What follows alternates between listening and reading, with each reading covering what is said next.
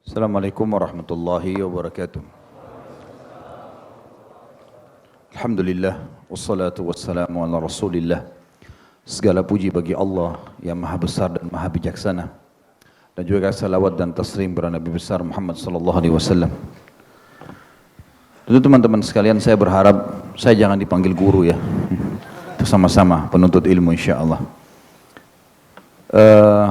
Lanjutkan bahasan kita masalah neraka. Dan kita masuk ke pasal ke-16 pada malam ini. Keluarnya manusia dari neraka dengan syafaat. Salah satu akidah ahli sunnah wal jamaah dan merupakan prinsip dasar rukun iman kita, iman kepada hari kiamat adalah adanya surga dan neraka. Dan juga keluarnya orang-orang mukmin yang berbuat maksiat, yang memang amal buruknya lebih berat daripada amal baiknya dari neraka dengan pertolongan syafaat. Dan syafaat adalah izin yang diberikan oleh Sang Pencipta Allah kepada orang-orang tertentu, puncaknya para nabi-nabi dan rasul, kemudian datang setelahnya para syuhada dan orang-orang mukmin secara umum yang sudah lolos dari timbangan amal. Disebutkan oleh penulis ini, dalil yang pertama surah Thaha ayat 109. A'udzu billahi minasyaitonir rajim. Yauma idzin la tanfa'u syafa'atu illa man adina lahu ar-rahmanu wa radiya lahu qawla. Pada hari itu tidak berguna syafaat kecuali syafaat yang Allah Maha Pemurah telah memberi izin kepadanya dan dia telah meridhoi perkataannya. Yang dimaksud dengan Allah memberikan izin artinya tidak bisa sembarangan orang memberikan syafaat. Karena syafaat ini artinya dia mendapatkan izin untuk mengeluarkan orang lain dari neraka. Dan yang dikeluarkan sebagaimana saya katakan tadi di awal pembukaan kita, hanya orang-orang mukmin yang pernah bermaksiat dan tidak sempat taubat dari dosa-dosanya. Kalau orang kafir, orang musyrik, orang-orang munafik kekal di api neraka. Nggak bisa keluar darinya. Kemudian juga dari potongan ayat ini dikatakan, dan juga yang diberikan izin adalah yang dia telah meridhoi perkataannya. Maksudnya adalah orang-orang yang telah lolos dari timbangan amal pada hari kiamat. Jadi kalau orang belum lolos timbangan amalnya, tidak bisa memberikan syafaat. Apalagi kalau memang dia sendiri amal baik dan amal buruknya seimbang, maka dia butuh orang yang menolongnya. Dan pernah saya singgung teman-teman sekalian, di antara pendapat ulama mengatakan adalah seorang mukmin kalau sudah berhasil lewat dia ditimbang amalnya dan ternyata amal baiknya lebih daripada amal buruknya, maka kadar lebih amal solehnya itu bisa dia gunakan untuk memberikan syafaat orang lain sesuai dengan kadar itu. Tentu bukan pahalanya dia diberikan kepada orang-orang, tapi nilainya saja, senilai itu dia bisa selamatkan. Ini sesuai dengan sabda Nabi SAW yang kita bahas juga kemarin adalah akan ada dari umatku yang akan memberikan syafaat kepada orang-orang sejumlah suku Mudar, suku Arab yang sangat besar sekali jumlahnya. Dan ada di antara umatku yang saking banyaknya dosanya, maka tubuhnya menjadi salah satu sudut neraka. Berarti menandakan ada orang mukmin yang masuk ke dalam, ada orang muslim yang masuk ke dalam neraka dan disiksa. Tapi juga ada di antara mereka yang akan dikeluarkan. Kemudian juga teman-teman sekalian, dalil yang kedua diangkat oleh penulis adalah surah Az-Zumar, surah nomor 44. A'udzu billahi minasyaitonir rajim. Qul lillahi syafa'atu jami'a, lahu mulkus samawati wal ard, thumma ilaihi turja'un. Katakanlah hai Muhammad, hanya kepunyaan Allah syafaat itu semuanya. Permintaan atau perizinan terhadap memberikan pertolongan orang dari neraka keluar ke surga. Kepunyaannya lah Allah kerajaan langit dan bumi. Kemudian kepadanya lah kalian semua akan dikembalikan. Dalil ini juga menjelaskan kepada kita tentang adanya syafaat dan itu hanya dengan izin Allah yang maha tinggi dan maha pemurah. Kemudian yang ketiga ditulis sini adalah surah Zukhruf. Tapi seperti biasa teman-teman sekalian, karena di dalam buku ini tidak dituliskan ayatnya, maka kita akan buka surah Az-Zukhruf, surah nomor 43. Zukhruf artinya perhiasan ya. Allah berbicara di ayat 86. A'udzu billahi minasyaitonir rajim. ولا يملك الذين يدعون من دونه الشفاعة إلا من شهد بالحق وهم يعلمون. Dan sembahan-sembahan yang mereka sembah selain Allah tidak dapat memberikan syafaat pada hari kiamat. Patung, gunung, apalah ya, pohon tidak akan bisa memberikan pertolongan kepada mereka. Akan tetapi orang-orang yang dapat memberi syafaat ialah orang-orang yang mengakui yang hak. Maksudnya bertauhid kepada Allah dan mereka meyakininya. Di saksi bahasan kita adanya syafaat yang akan didapatkan atau dimiliki oleh sebagian orang dan berguna bagi sebagian orang yang lain, tapi syaratnya mereka beriman. Kita dengarkan bagaimana baginda Nabi SAW merincikan masalah ini. Hadis yang pertama diangkat oleh penulis adalah hadis riwayat Bukhari Muslim. Abu Sa'id Al-Khudri radhiyallahu anhu meriwayatkan dari Nabi sallallahu alaihi wasallam, "Yadkhulu ahlul jannati al-jannata wa ahlun nari nara, thumma yaqulu Allah subhanahu wa ta'ala, akhriju man kana fi qalbihi mithqalu habbatin min khardalin min iman, fayukhrajuna minha qad suwaddu, fayulqawna fi nahri aw fi nahril hayat, fayambutuna kama tambutul hibbatu fi janibis sayl. Alam tara annaha takhruju safra'a multawiyah." Ahli surga akan masuk ke dalam surga dan ahli neraka akan masuk ke dalam neraka. Kemudian Allah yang Maha Tinggi dan Maha Pemurah berfirman kepada orang-orang yang beriman, "Keluarkanlah siapa yang dalam hatinya," berfirman kepada para malaikat, "Keluarkanlah siapa yang dalam hatinya terdapat seberat biji sawi dari keimanan." Lalu mereka dikeluarkan dari neraka dalam keadaan telah menjadi hitam karena terbakar. Lalu mereka dilemparkan ke sungai kehidupan. Jadi sungai ini berada, nanti akan kita jelaskan hadis-hadis setelahnya, berada di pinggir surga. Lantas mereka tumbuh waktu mereka dicelupkan atau dilempar ke dalam sungai itu. Lalu mereka tumbuh keluar lagi kembali seperti biji yang tumbuh di samping aliran air. Tidakkah kalian lihat bahwasanya biji tersebut tumbuh dalam keadaan kekuning-kuningan lagi lemas? Hadis ini teman-teman memberikan gambaran kepada kita bahwa ahli neraka dari orang-orang beriman bisa mendapatkan syafaat dan siksa yang mereka rasakan akan dibersihkan oleh Sang Pencipta Allah melalui sungai kehidupan namanya. Dan mereka akhirnya tumbuh kembali dengan hikmah Allah yang Maha Tinggi dan Maha Adil. Keluarlah semua, tumbuhlah kembali kulitnya, dagingnya dan seterusnya sehingga utuh menjadi manusia, tapi dia lemah. Hadis selanjutnya juga merincikan kepada kita, hadis riwayat Muslim, masih dari Abu Sa'id Al-Khudri radhiyallahu anhu meriwayatkan sabda Rasulullah sallallahu alaihi wasallam, "Adapun ahli neraka yang memang penghuninya, maka mereka tidak mati dan tidak pula hidup di dalamnya, tersiksa sekali. Kafir, munafik dan juga siapa yang ketiga? Yang kekal. Kalau nggak bisa jawab saya nggak datang lagi Senin depan. Musyrik. Tetapi manusia yang dibakar api akibat dosa-dosa mereka, Muslim tapi masih banyak dosanya, maka Allah betul-betul akan mematikan mereka hingga ketika mereka telah menjadi arang, hangus, maka diizinkan untuk diberi syafaat. Lalu mereka dibawa berkelompok-kelompok, lalu disebarkan di sungai-sungai surga. Kemudian dikatakan, "Wahai ahli surga, berkumpullah bersama mereka." Lalu mereka tumbuh. Maksudnya di sini berkumpul sebenarnya terjemahnya lebih kurang tepat ya. Kata Allah SWT, "Wahai ahli surga, ya, siramlah mereka dengan air-air sungai itu." Karena ada riwayat menjelaskan ahli surga nanti akan memercikan air-air itu kepada penghuni neraka. Yarhamkallah. Lalu mereka tumbuh seperti biji-biji atau biji-bijian tumbuh di tengah-tengah buih banjir. Jadi kita lihat biasanya ada banjir, biasanya ada lumut di sebelah-sebelah tembok atau pohon-pepohonan karena adanya air itu. Maka mereka tumbuh seperti tumbuhnya itu. Hadis ini lebih merincikan lagi kepada kita tentang masalah tadi. Kalau hadis pertama lebih global, berarti usatul mu'minin, orang-orang mukmin yang bermaksiat ini akan dikeluarkan Dan makna hadis di sini dikatakan benar-benar Allah akan mematikan mereka, yang dimaksud adalah bukan mati seperti mati di dunia, tetapi yang dimaksud adalah benar-benar Allah SWT akan menghanguskan mereka. Dihanguskan, ada sebagian ulama hadis mengatakan maksudnya dibersihkan dosanya, sehingga pada saatnya dosa mereka bersih diberikan syafaat.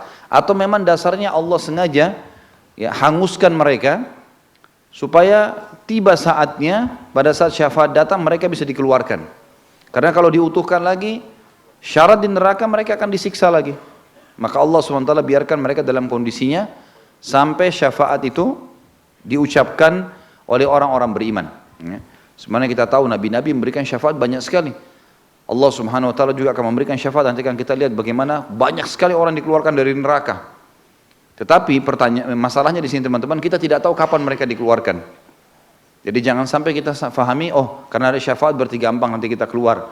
Iya kalau kita salah satu yang dikeluarkan, kalau enggak. Kemudian juga Allah alam berapa lama. Bayangkan kalau sudah sampai hangus seperti arang. Antum mau seperti arang baru masuk surga? Kan enggak. Masuk surga lah dalam kondisi sehat, kuat, dari awal masuknya. Terlebih lagi penghuni neraka ini kalau masuk ke surga nanti dapat julukan Juhannamiyin namanya. Orang yang pernah mampir ke neraka. Dan itu predikat selamanya. Gitu kan? Walaupun mereka dapat rahmat Allah, dan Anda juga dikatakan Utaqa'ur Rahman. Mereka adalah orang-orang yang diloloskan oleh Zat yang Maha Penyayang. Hadis selanjutnya juga lebih merincikan lagi kepada kita. Jadi hadis demi hadis ini merincikan dengan panjang lebar tentang masalah syafaat. Hadis riwayat Ahmad dan disahihkan oleh Syekh Albani dalam silsilah hadis sahihah. Masih dari Abu Sa'id Al-Khudri radhiyallahu anhu menuturkan sabda Rasulullah sallallahu alaihi wasallam, "Sayakhruju nasun minan nari qad ihtaraku wa kanu mithlul humam. Thumma la yazalu ahlul jannati yarushuna 'alaihim ma hatta yambutuna nabatal ghuthai fis sayl." Orang-orang akan dikeluarkan dari neraka dalam keadaan terbakar, telah terbakar, hangus semuanya. Dan mereka sudah seperti arang. Arang biasanya kalau sudah terbakar, bolong-bolong dan gelap warnanya. Kemudian ahli surga terus-menerus mencipratkan air pada mereka. Yang dimaksud tadi adalah air sungai yang dikenal dengan sungai kehidupan tadi. Hingga mereka tumbuh seperti tumbuh-tumbuhan yang lemah di aliran air. Hadis ini lagi lebih merincikan kepada kita. Kalau tadi hadis kedua cuma dikatakan mereka akan disuruh ahli surga ngumpul di sekitarnya. Ngapain ahli surga? Hadis ini menjelaskan kepada kita mengambil air tersebut dan mencipratkan kepada orang-orang ini. Hadis selanjutnya, hadis yang keempat, hadis yang sahih disebutkan oleh Syekh Albani dalam silsilah hadis sahihah. Masih dalam atau riwayat Abu Sa'id Al-Khudri radhiyallahu anhu, beliau meriwayatkan sabda Rasulullah SAW, "Inna Allah azza wa jal yukhriju qauman minan nari ba'dama la yabqa minhum fiha illa al-wujuh fayudkhilluhumullahu al-jannah." Sesungguhnya Allah yang maha tinggi dan maha suci mengeluarkan satu kaum dari neraka setelah tidak tersisa dari mereka di dalamnya kecuali wajahnya. Hangus semuanya, tinggal wajah yang tersisa. Lalu dia memasukkan mereka ke dalam surga. Artinya memang dari 4 buah hadis ini kita ambil kesimpulan mereka disiksa dulu. Mereka disiksa dulu, dan Allahu a'lam berapa lama. Apalagi satu hari di sisi Allah sama dengan 1000 tahun waktu kita di dunia. Naudzubillah. Bukan saatnya untuk mengetes atau coba-coba, ini susah. Repot disiksa teman-teman sekalian. Saya sudah pernah bilang bakar korek gas aja panasnya luar biasa, apalagi sudah sampai arang seperti ini. Ya, apalagi semua badannya tinggal wajahnya. Tersiksa luar biasa. Kemudian hadis yang lain adalah hadis yang diriwayatkan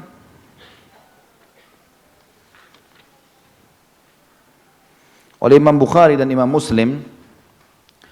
Abu Sa'id Al-Khudri radhiyallahu anhu menceritakan juga, masih dari beliau, "Kami pernah bertanya, wahai Rasulullah, apakah kami akan melihat Rabb kami pada hari kiamat?" Beliau berbalik bertanya, "Apakah kalian kesulitan melihat matahari dan bulan ketika langit cerah?" Pada saat lagi cerah langit, tidak mendung di malam hari, tidak mendung sehingga kelihatan bintang-bintang, bulan akan kelihatan. Begitu juga pada pagi hari kalau tidak ada awan, maka kita akan lihat matahari sangat cerah. Apakah kalian kesulitan untuk melihat keduanya pada siang hari atau pada saat langit lagi cerah? Maka kata para sahabat, Tidak. Maka beliau pun bersabda sallallahu alaihi wasallam, sungguhnya kalian tidak kesulitan melihat Rabb kalian pada hari itu sebagaimana kalian melihat keduanya, bulan dan matahari dalam kondisi langit cerah. Kemudian beliau bersabda, penyeru menyeru, hendaklah tiap-tiap kaum pergi kepada apa yang dulu mereka sembah. Lalu penyembah salib pergi bersama salib mereka, penyembah berhala pergi bersama berhala mereka, dan penyembah banyak Tuhan akan pergi bersama Tuhan-Tuhan mereka. Hingga tersisa siapa yang menyembah Allah, baik yang berbakti maupun yang durhaka, orang-orang beriman. Serta beberapa golongan dari ahli kitab, maksudnya orang-orang yang telah beriman pada saat itu. Ya. Kemudian Jahannam didatangkan, ia ditampakkan seolah-olah fata morgana. Ditanyakan pada kaum Yahudi, apa yang dulu kalian sembah? Mereka menjawab, kami menyembah Uzair anak Allah. Dia mengatakan, kalian berdusta, tidak mungkin Allah memiliki istri dan anak. Lalu apa yang kalian inginkan? Mereka berkata, kami ingin agar engkau memberi minum kepada kami. Diperintahkan minumlah. Lalu mereka berjatuhan, ini kata-katanya, di surga diganti dengan di neraka. Ya. Itu terjemahan yang salah. Ya. Yang pegang buku, diganti itu. Jadi setelah mereka minta minum, maka mereka dilemparkan ke dalam neraka, bukan di surga. Hingga karena sudah dilempar semua Yahudi ke dalam neraka, hingga tersisa siapa yang menyembah Allah saja, baik yang berbakti maupun durhaka, maksudnya orang-orang beriman di antara kaum muslimin. Ditanyakan kepada mereka, apa yang menahan kalian sedangkan manusia sudah pergi semua? Mereka menjawab, kami dulu berpisah dengan mereka dan kami lebih membutuhkan padanya pada hari ini. Sesungguhnya, maksudnya kami butuh kepadamu ya Allah, ya. Sesungguhnya kami mendengar penyeru-penyeru, hendaklah setiap kaum mengikuti apa yang dulu mereka sembah, dan kami sedang menunggu Rabb kami. Lalu beliau lanjutkan, kemudian Al-Jabbar, Allah yang Maha Perkasa datang kepada mereka dalam rupa selain rupanya yang mereka lihat untuk pertama kalinya. Seraya mengatakan, akulah Rabb kalian. Mereka mengatakan, engkau Rabb kami. Tidak ada yang berkata-kata dengannya kecuali para nabi. Lalu ia menyeru bertanya. Lalu ia, maksudnya penyeru, para malaikat bertanya, apakah antara kalian dengannya terdapat tanda yang kalian kenali? Mereka menjawab, orang-orang beriman ini, jadi malaikat bilang pada orang-orang beriman, adakah tanda-tanda yang kalian kenal kalau ini adalah Tuhan kalian? Maka mereka mengatakan, betis. Lalu Allah membuka betisnya, maka bersujudlah kepadanya setiap mukmin, dan tinggal orang-orang yang bersujud kepada Allah karena riya dan sum'ah. Ia berusaha sujud tapi punggungnya menjadi kaku. Kemudian titian didatangkan lalu dipasang di antara dua tepi Jahannam. Kami katakan, wahai Rasulullah, apakah titian itu? Beliau menjawab, licin, maksudnya sirat ya. Di atas neraka dititihkan. Licin lagi menggelincirkan, di atasnya terdapat besi-besi runcing yang dibentangkan lagi memiliki duri yang tajam seperti yang terdapat di Najd yang disebut dengan Sa'dan. Orang mukmin di atasnya seperti sekejap mata, seperti kilat, seperti angin, maksudnya golongan-golongan. Lewat yang pertama seperti sekejap mata sudah sampai di ujung. Ada yang seperti kilat, ada yang seperti angin, ada yang seperti penunggang kuda yang cepat larinya dan berkendaraan. Ada muslim yang selamat, ada yang selamat tapi terkoyak. Ya. Dan terkoyak maksudnya adalah orang-orang muslim yang ditimbang amal baik sama amal buruknya, ternyata amal buruknya sama amal baiknya itu amal buruknya lebih berat. Misal amal baiknya 10.000, amal buruknya 11.000. Tapi dia dapat syafaat, dia dapat pertolongan orang-orang di timbangan amal, maka lolos atau Allah maafkan dia. Maka amalnya, ya dosanya dimaafkan 2.000 misalnya, jadi sisa 9.000 dan amal solehnya 10.000, dia masuk surga. Tapi dia masuk surga bukan murni karena amalnya, karena pertolongan orang. Nah orang ini lolos juga nanti di sholat masuk ke surga, karena untuk masuk ke surga harus lewatin sirat, nggak bisa enggak. Dan sirat dibentangkan di atas neraka. Sesuai dengan firman Allah Subhanahu Wa Taala, A'udzubillahi minasyaitonirrajim, ma minkum illa wariduha. Nggak ada siapapun di antara kalian kecuali pasti melewatin neraka itu.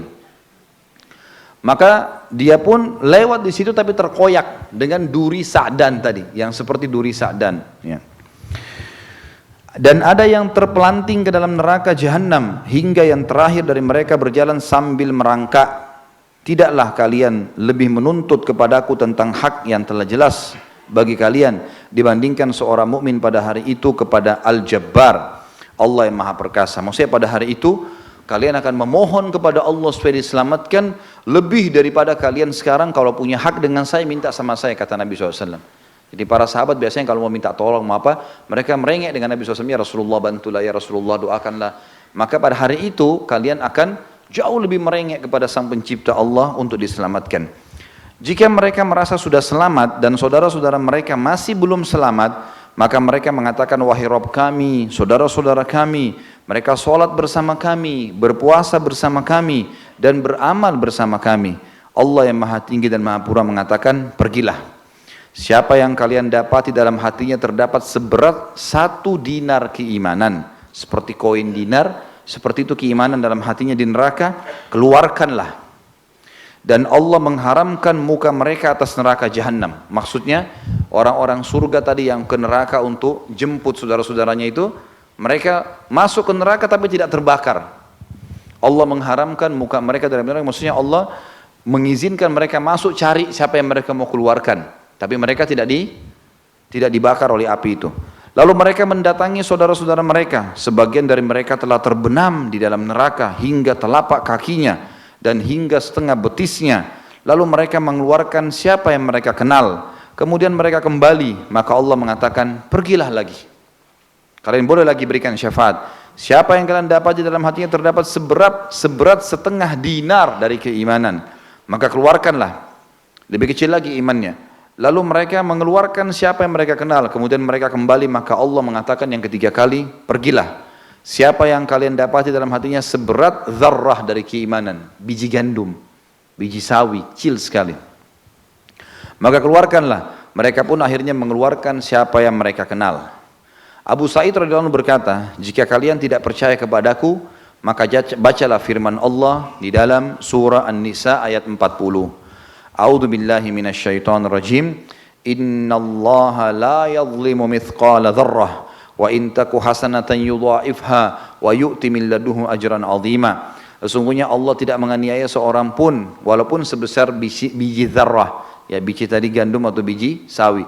Dan jika ada kebaikan sebesar zarrah, niscaya Allah akan melipat gandakan dan dia memberikan dari sisinya karunia yang dia inginkan. Kemudian para nabi, malaikat dan kaum mukminin memberikan syafaat. Al-Jabbar mengatakan, syafaatku masih tersisa. Jadi di sini jelas nabi-nabi masih bisa menolong, siapa yang mereka mau tolong terserah mereka. Allah berikan wewenang. Tadi orang beriman memilih siapapun yang mereka kenal yang dalam hatinya ada seperti dirham, setengah dirham dan biji sawi. Kalau para nabi-nabi, para malaikat, ini tidak disebutkan tentang orang-orang seperti apa imannya mereka keluarkan. Kemudian setelah semuanya memberikan syafaat, para malaikat, para nabi-nabi, para orang-orang mukmin, Allah Al-Jabbar, Al-Jabbar sifatnya Allah yang Maha Perkasa, mengatakan kepada mereka semua, syafaatku masih tersisa. Kalian semua sudah, saya masih akan memberikan syafaat dari dirinya Allah sendiri yang Maha Pemurah. Lalu dia menggenggam satu genggaman dari neraka, lalu mengeluarkan banyak orang-orang yang telah terbakar. Lalu mereka dilemparkan di sungai, di sebuah sungai di mulut surga yang disebut dengan air kehidupan. Lalu mereka tumbuh di kedua tepinya, tepi sungai itu, sebagaimana biji-bijian tumbuh di aliran air yang kalian melihatnya di sisi batu dan di sisi pohon. Daunnya yang terkena sinar matahari berwarna hijau dan yang terlindung oleh naungan berwarna putih. Lalu mereka keluar dari sungai kehidupan seolah-olah intan. Pada leher mereka disematkan tanda. Lalu mereka masuk surga. Ahli surga menyebut mereka dengan utaqa'ur rahman, atau kaum yang dibebaskan oleh ar-Rahman.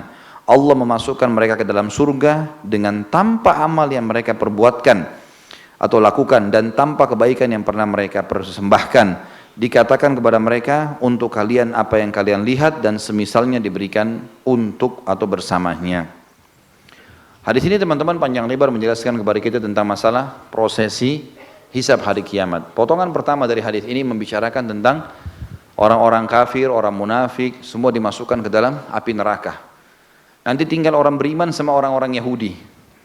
Orang-orang Yahudi, karena mereka selama ini merasa diri mereka lebih hebat dari orang lain dan seterusnya, Allah masih kasih kesempatan. Mereka ditanya sama Allah, kenapa kalian Ya, siapa yang kalian sembah dulu? Uzair. Mereka bilang Uzair anaknya Allah. Para malaikat mengatakan Allah nggak punya anak. Lalu apa yang kalian minta dari Tuhan kalian? Minta minum. Kata Allah kasih mereka minum. Dikasih minum tapi setelah itu dilemparkan ke dalam api neraka. Entah apa maksudnya hadis ini. Apakah mereka dikasih oleh Allah, dikasih minum, Allahu alam. Tapi yang jelas mereka setelah itu dilemparkan di api neraka. Tinggal tersisa orang-orang muslim yang beriman dan yang fasik. Lalu kemudian ditanya oleh para malaikat, apa yang membuat kalian nunggu di sini? Mereka bilang semua orang diseru untuk mendatangi apa yang mereka sembah. Dan kami menyembah Tuhan kami Allah. Kami menunggu Allah. Lalu Allah pun datang. Kemudian Allah mengatakan, akulah Tuhan kalian. Maka mereka mengatakan, iya. Lalu para malaikat mengatakan, apa yang kalian kenal dari Tuhan kalian? Maka mereka mengatakan, betis. Kenapa betis teman-teman sekalian? Ini sebab ada ayat Al-Quran yang berbunyi, A'udzubillahi minasyaitonirrajim, yawma yukshafu an sakin. Jadi hari itu akan dibuka sak. Sak adalah betisnya Allah. Dan memang dengan seperti itu di singgasana akan terkenal ini adalah Tuhan kita Allah subhanahu wa ta'ala. Dan ahli sunnah wal jamaah mengimani ini. Tidak boleh kita alihkan maknanya. Gitu kan? Allah punya tangan, ya Allah punya tangan. Allah punya kaki, Allah punya kaki. Kita nggak perlu tanya bagaimana. Karena kita memang tidak punya kemampuan untuk ke situ. Kita bahkan tidak tahu makanan yang masuk ke tubuh kita yang mana yang jadi kotoran, yang mana jadi nutrisi tubuh. Kita nggak ngerti apa-apa sama sekali. Manusia coba tuh memilih dan menikmati, nggak lebih daripada itu. Makanya ada batasan, makanya kita beriman seperti itu. Dan kita sudah sebutkan dalam beriman kepada asma was sifat pada saat kita jelaskan di awal-awal bab kita. Kemudian mereka mengenal Allah subhanahu wa ta'ala dari betisnya. Bagaimana Allah alam? Kata ulama hadis itu kuasa Allah. Mereka jadi tahu, karena pada hari kiamat orang kafir, orang beriman sudah tahu kalau Tuhan mereka Allah. Dan mereka masuk neraka, mereka tahu kalau mereka pantas masuk neraka. Karena Allah SWT tidak pernah paksa. Faman sya'a fal yu'min, wa man sya'a fal yakfur. Siapa yang mau beriman silakan, siapa yang mau kafir silahkan. Tapi jelas-jelas, inna a'tadna lil zalimina naran. Tapi kami akan siapkan untuk orang-orang zalim api neraka. Jadi jelas sekali Allah Subhanahu wa taala memberikan kepada mereka. Kemudian setelah itu lanjutan hadisnya adalah disebutkan tentang masalah syafaat. Lalu dikeluarkanlah orang-orang dari api neraka, diizinkan, ya. Karena orang-orang mukmin di sini setelah mereka lolos, ya, sebelum mereka masuk ke surga di sini bahasannya, ya, ada juga yang mengatakan setelah mereka masuk surga, karena hadis ini seakan-akan menjelaskan dua. Di awal potongan hadis dikatakan kalau penghuni surga sudah masuk ke surga, penghuni neraka masuk ke neraka. Tapi ada lanjutan hadis yang tadi mengatakan apa? Pada saat mereka melewatin sirat, titian yang ada di atas neraka, sebelum mereka ke surga, mereka sudah mengatakan, ya Allah, saudara-saudara kami sholat dengan kami, mereka masuk ke neraka, kami lihat. Jadi mereka lihat itu. Jadi orang pada saat jalan di sirat bukan satu-satu orang, ya, rame-rame orang jalan. Ada yang jatuh, ada yang terkoyak, ada yang terlihat, ada yang lolos dengan cepat seperti kilat, yang seperti golongan-golongan pertama surga. Dan insya Allah kita termasuk ini. Maka pada saat itu pun mereka tahu. Jadi mereka bilang, saudara kami ya Allah, sholat dengan kami itu, kami kenal orang beriman, ibadah dengan kami. Maka Allah pun mengizinkan mereka untuk ikut masuk ke dalam neraka untuk mengeluarkan saudara-saudaranya ini atau orang-orang yang dikenal. Tentu di sini tidak harus kerabat, ya. Seseorang punya hak, entah pada saat itu siapa yang dia tunjuk. Gitu kan, yang jelas dia punya hak. Tapi kalau dia masuk ke neraka, maka dia ditemani oleh malaikat yang akan menjaga dia sehingga tidak terbakar dengan api neraka dan mereka mengeluarkannya. Gitu kan? Karena memang itu nanti akan dijadikan malaikat-malaikat yang penjaga. Kemudian para nabi-nabi, para malaikat juga memberikan syafaat. Akhirnya sampai terakhir Allah Subhanahu Wa Taala yang menggenggam dengan genggamannya. Dan ini tidak bisa dialihkan maknanya, teman-teman sekalian. Banyak orang tidak mau menerima kalau Allah itu punya tangan, Allah punya kaki, gitu kan? Segala macam dialihkan maknanya. Dan ini tidak boleh diinterpretasikan.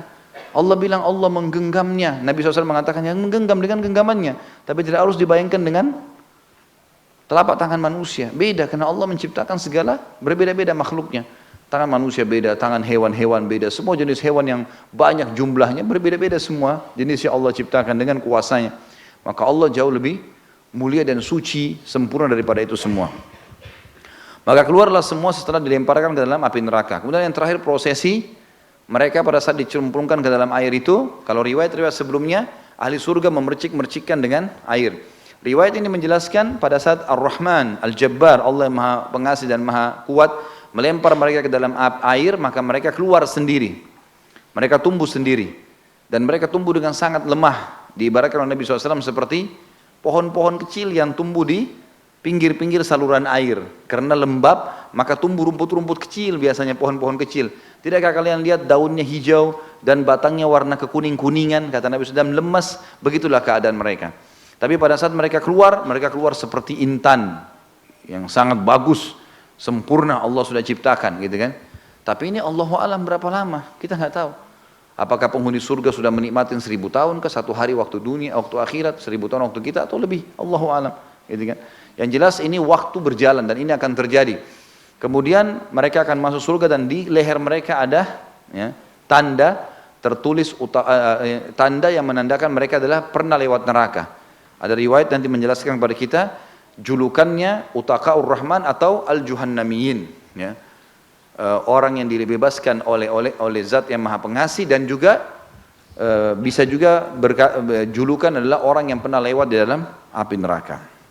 Saksi bahasan kita teman-teman sekalian adanya syafaat yang akan didapatkan oleh ahli neraka pada hari kiamat, ini karunia Allah Subhanahu wa taala. Selanjutnya adalah hadis riwayat Tirmidzi dan dihasankan oleh beliau. Anas radhiyallahu anhu meriwayatkan sabda Nabi sallallahu alaihi wasallam, yaqulullahu azza wa jal, akhriju minan nari man dzakarani yauman aw khafani fi maqam. Allah Subhanahu wa taala, Allah yang Maha Tinggi dan Maha Pemulia berfirman, keluarkan dari neraka siapa yang mengingatku pada suatu hari atau takut kepadaku di suatu tempat. Artinya sampai sekecil itu pun amalan dia pernah sehari saja pernah ingat Allah, pernah berzikir, atau pernah takut ingin mengerjakan dosa ditinggalkan, sudah cukup dikeluarkan dari api neraka. Tapi tentu syaratnya dia beriman. Ya, syaratnya dia beriman. Tapi dia tidak ada amalnya, maka Allah SWT akan keluarkan. Hadis selanjutnya adalah hadis ini diriwayatkan oleh At-Tabarani dan Ibnu Abi Asim dalam As-Sunnah dan disahihkan oleh Albani dalam Zilalul Jannah. Abu Musa al-Asy'ari radhiyallahu anhu meriwayatkan sabda Rasulullah SAW, ketika ahli neraka berkumpul di neraka dan mereka bersama orang-orang yang dikehendaki Allah dari ahli kiblat, maka kaum kafir bertanya, bukankah kalian orang-orang muslim? Mereka menjawab iya. Jadi di neraka nanti ada orang-orang muslim yang masuk neraka, dikenal dengan ahli kiblat. Kenapa? Karena mereka ibadah menghadap kiblat. Maka di sini dikatakan nanti ketika ahli neraka berkumpul di neraka, masuk semua neraka, dan mereka bersama-sama yang dikehendaki Allah dari ahli kiblat, maksudnya ahli muslim, orang muslim tapi ada dosanya, masuk ke neraka. Maka orang-orang kafir bertanya kepada orang-orang muslim yang masuk ke dalam neraka itu, bukankah kalian orang-orang muslim? Mereka menjawab, iya, benar. Kaum kafir berkata, lalu mengapa Islam kalian tidak berguna bagi kalian? Ya. Dan kalian bersama kami di neraka? Mereka menjawab, kami mempunyai banyak dosa, maka kami dihukum karenanya. Jadi ini saksi bahasan orang muslim yang punya dosa masuk neraka. Kalau amal buruknya lebih berat daripada amal baiknya. Allah mendengar apa yang mereka katakan, lalu memerintahkan agar orang-orang dari ahli kiblat, orang-orang muslim, dikeluarkan. Ketika ahli neraka melihat hal itu, mereka mengatakan, duhai sekiranya kami dahulu sebagai orang-orang muslim, lalu kami keluar sebagaimana mereka keluar. Abu Musa melanjutkan, Rasulullah SAW membaca firman Allah, surah Al-Hijr ayat 1 sampai ayat 2. A'udzu billahi minasyaitonir rajim. Alif lam ra, tilka ayatul kitabi wa Qur'anin mubin. Rubama yawaddul ladzina kafaru law kanu muslimin. Alif lam ra, surah ini adalah sebagian dari ayat-ayat Alkitab, Al-Qur'an yang sempurna, yaitu ayat-ayat Al-Quran yang memberi penjelasan. Orang-orang yang kafir itu seringkali nanti di akhirat menginginkan kiranya mereka dulu di dunia menjadi orang-orang muslim. Pada saat itu mereka berharap, coba dulu saya muslim, syahadat aja baru mati. Tapi sudah tidak ada, sudah nggak bisa.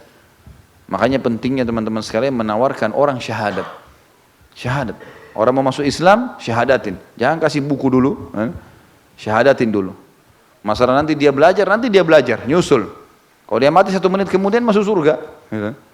Gak boleh ditunda ini syahadat. Harus kita tawarkan kepada mereka syahadat. Makanya baginda Nabi SAW berkata kepada Mu'adz bin Jabal pada saat diutus ke Yaman. Wahai Mu'adz, yang kau datangkan ahli kitab, yang paling pertama kau ajak mereka, syahadatu an la ilaha illallah wa Muhammadur Rasulullah.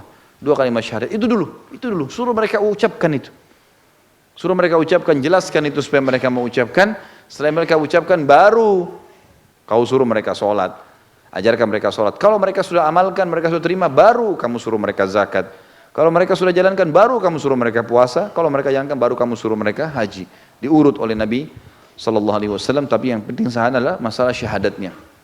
Dan ini kata kunci keselamatan. Dan sebagian ulama tafsir mengatakan semua orang yang murtad akan mengucapkan kalimat ini. Semua orang yang murtad hari kiamat bersama dengan orang kafir akan mengucapkan kalimat ini. Karena mereka dulu pernah syahadat, mereka batalkan. Maka mereka berkata, coba seandainya dulu kami termasuk orang-orang muslim, sehingga dikeluarkan bersama-sama dengan orang-orang itu ke dalam surga.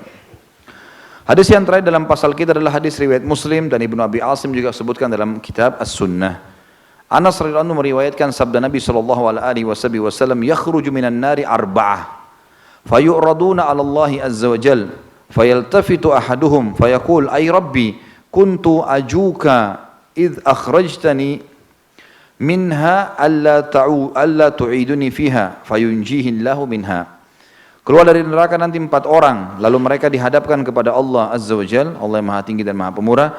Salah seorang dari mereka berpaling seraya mengatakan, wahai Rabb, aku berharap kepadamu ketika engkau mengeluarkanku darinya, agar engkau tidak mengembalikanku ke dalamnya. Maka Allah pun menyelamatkannya darinya. Ya. Dan ini hadis menjelaskan kalau orang kuasa Allah, kita tidak tahu siapa 4 orang itu. Allahu a'lam. Siapa mereka, yang jelas Allah keluarkan. Siapa juga orang yang Allah loloskan, 1 orang di antara 4 ini yang meminta kepada Allah agar tidak dikembalikan, itu Allahu a'lam. Dalilnya datang cuma seperti ini. Tapi saksi bahasan kita, ada ahli neraka yang akan dikeluarkan ke dalam surga. Pasal ke-17, utusan neraka. Dalam hadis riwayat Bukhari Muslim, Abu Sa'id Al-Khudri radhiyallahu anhu menuturkan Rasulullah sallallahu alaihi wasallam bersabda, Allah berfirman, wahai Adam. Ia menjawab, aku menemui panggilanmu dan kebahagiaan serta kebaikan berada di kedua tanganmu ya Allah. Lalu Allah berfirman, keluarkan utusan neraka. Pada saat orang lagi di mahsyar, Allah SWT menyuruh Adam keluarkan dari anak cucunya, keluarkan dari keturunanmu ini, masukkan ke dalam neraka seketika, nggak usah pakai tanya, nggak usah pakai timbangan. Masuk neraka langsung, keluarkan utusan neraka.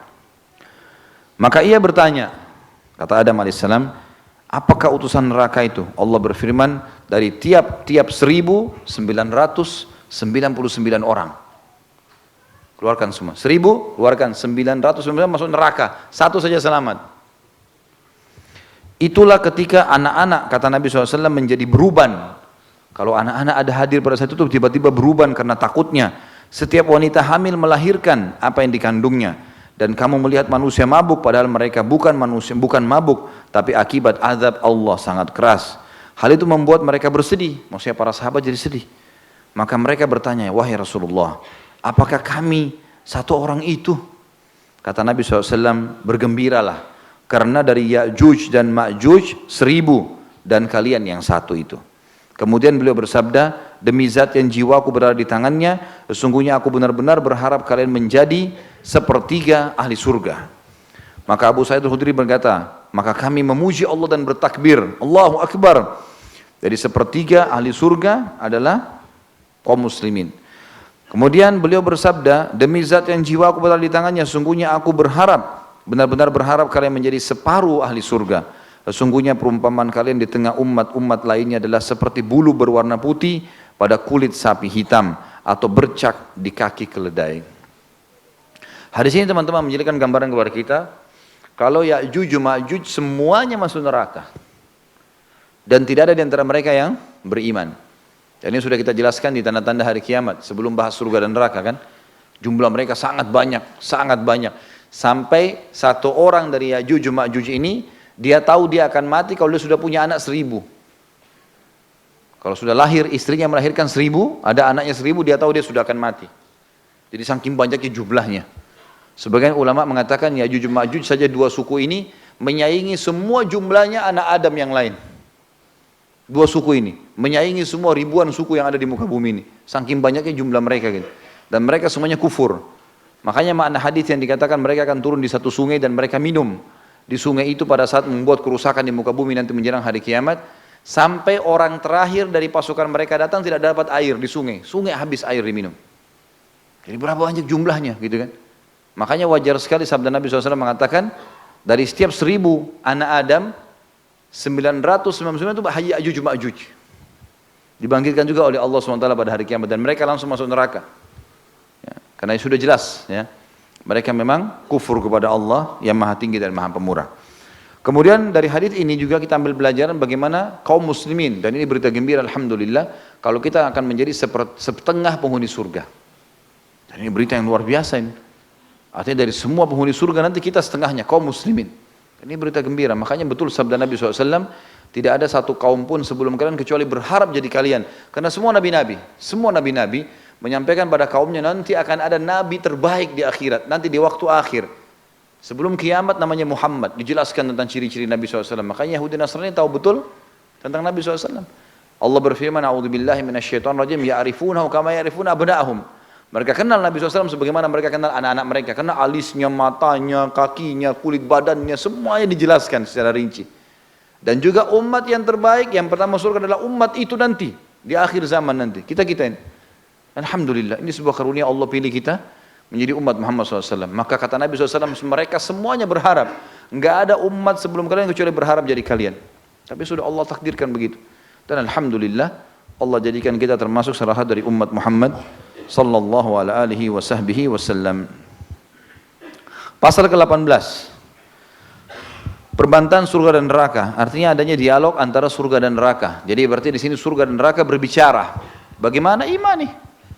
Enggak perlu kita tanya mekanismenya seperti apa, gitu kan? Kita imani. Allah SWT mengatakan begitu melalui lisan Nabi Muhammad SAW, kita percaya. Dan hadis ini hadis sahih riwayat Bukhari Muslim. Abu Hurairah radhiyallahu anhu meriwayatkan sabda Rasulullah sallallahu alaihi wasallam, tahajjatil jannatu wan nar faqalatin nar uthirtu bil mutakabbirin wal mutajabbirin wa qalatil jannah mali la yadkhuluni illa du'afa'un nasi wa sakatuhum qala Allah lil jannah anti rahmati arhamu biki man asha'u min ibadi wa qala lin nar innama anti adzabi u'adzibu biki man asha'u min ibadi wa likulli wahidatin minkuma mil'uha فأما النار فلا تمتلئ حتى يضع الله سبحانه وتعالى رجله تقول قط فهنالك تمتلئ ويزوى بعدها إلى بعد ولا يظلم الله عز وجل من خلقه أحدا وأما الجنة فإن الله عز وجل ينشئ لها خلقا. Surga dan neraka berbantah-bantahan, berbicara nanti hari kiamat. Dan orang mendengar itu. Surga mengeluarkan suara, neraka keluarkan suara. Bangunan berbicara. Kuasa Allah. Yang ini mengatakan, orang-orang zalim dan orang-orang yang sombong memasukiku. Maksudnya neraka bilang. Sedangkan yang lain, surga berkata, orang-orang lemah dan orang-orang miskin memasukiku. Maka Allah berfirman kepada yang ini, maksudnya neraka. Engkau adalah azabku, siksaanku. Aku mengazab atau menyiksa denganmu kepada siapapun yang aku kehendaki. Lalu Allah berfirman kepada surga yang lainnya, engkau adalah rahmatku, aku merahmati denganmu kepada siapapun yang aku kehendaki. Masing-masing dari kalian berdua pasti akan memiliki isi, penuh nanti. Adapun neraka maka tidak perlu atau maka tidak penuh hingga Allah yang maha tinggi dan maha pura meletakkan kakinya. Seraya mengatakan atau neraka itu berkata, qad, sudah cukup, sudah cukup. Ini jelas sekali sabda Nabi SAW, Allah punya apa? Telapak kaki. Kita imani itu. Neraka terus saja berkata begitu. Sampai dalam tafsir surah Qaf, waktu ditanya neraka Jahannam, halim talati, apakah sudah penuh hai neraka? Wa taqulu hal min mazid. Neraka berkata, apakah masih ada tambahan yang bisa dilemparkan? Terus saja kata Nabi SAW dalam hadis Bukhari yang lain, neraka mengatakan hal min mazid, lemparkan saja terus sampai Allah, Tuhan yang maha tinggi dan maha pemurah, maha suci, meletakkan telapak kakinya pada neraka, maka seluruh neraka itu berkerut. Nah, sebagaimana disebutkan juga dalam hadis ini ya. Di sini dikatakan masing-masing dari kalian akan memiliki isi, adapun neraka maka tidak penuh hingga Allah yang maha tinggi dan maha pemurah meletakkan kakinya. Seraya akhirnya neraka berkata pada saat itu sudah cukup. Ketika itu neraka menjadi penuh dan satu sama yang lain saling menjauhi. Artinya sudah tercukupkan dengan isinya. Dan Allah tidak menzalimi satupun dari makhluknya. Adapun surga maka Allah menciptakan makhluk untuknya. Yang dimaksud di sini teman-teman sekalian, diciptakan makhluk adalah diciptakannya pelayan-pelayan. Pelayan-pelayan. Nanti kita pelajari di surga insya Allah, kalau setiap orang mukmin akan memiliki minimal, orang yang paling rendah di surga kedudukannya, itu minimal punya 10.000 dayang-dayang. Pelayannya dia, 10.000 orang. Gonta-ganti yang bawa tempayan, yang bawa makanan, yang bawa minuman, yang urus ini, urus itu, sudah. Tidak digaji. Cuma tinggal sholat, ibadah, hadir majelis ilmu. Jangan bangkang, jangan maksiat. Patuh saja sama Allah. Nikmatin yang halal, tinggalkan haram. Mati masuk surga, 10.000 yang layani. Istana yang luas, nanti kita pelajari di surga. Sesuatu yang susah ditangkap oleh akal, tapi janji Allah, nggak mungkin Allah pungkiri semuanya. Baik, nanti di surga itu Allah Subhanahu Wa Taala, nanti kita pelajari bahasa masa surga, Allah Subhanahu Wa Taala selalu menciptakan tambahan-tambahan. Seperti Allah mengatakan dalam firman-Nya, waladaina mazid, dan kami memiliki tambahan-tambahan. Maka ulama tafsir mengatakan adalah tambahan-tambahan para pelayan di surga. Allah terus tambahkan kepada penghuni-penghuni surga. Kemudian teman-teman sekalian, pasal ke-19 tentang abadinya neraka. Keabadian neraka, artinya neraka tidak akan punah. Terus saja begitu menyiksa, gitu kan, selama-lamanya, abadi. Allah Subhanahu Wa Taala berfirman, silakan dibuka Al-Quran, karena di sini tidak ditulis dalam bahasa Arabnya. At-Taubah ayat 63.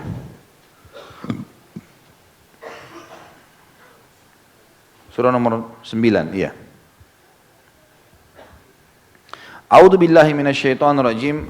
Alam ya'lamu annahu man yuhadidillaha wa rasulahu fa anna lahu nar jahannam khalidan fiha dzalikal khizyul azim.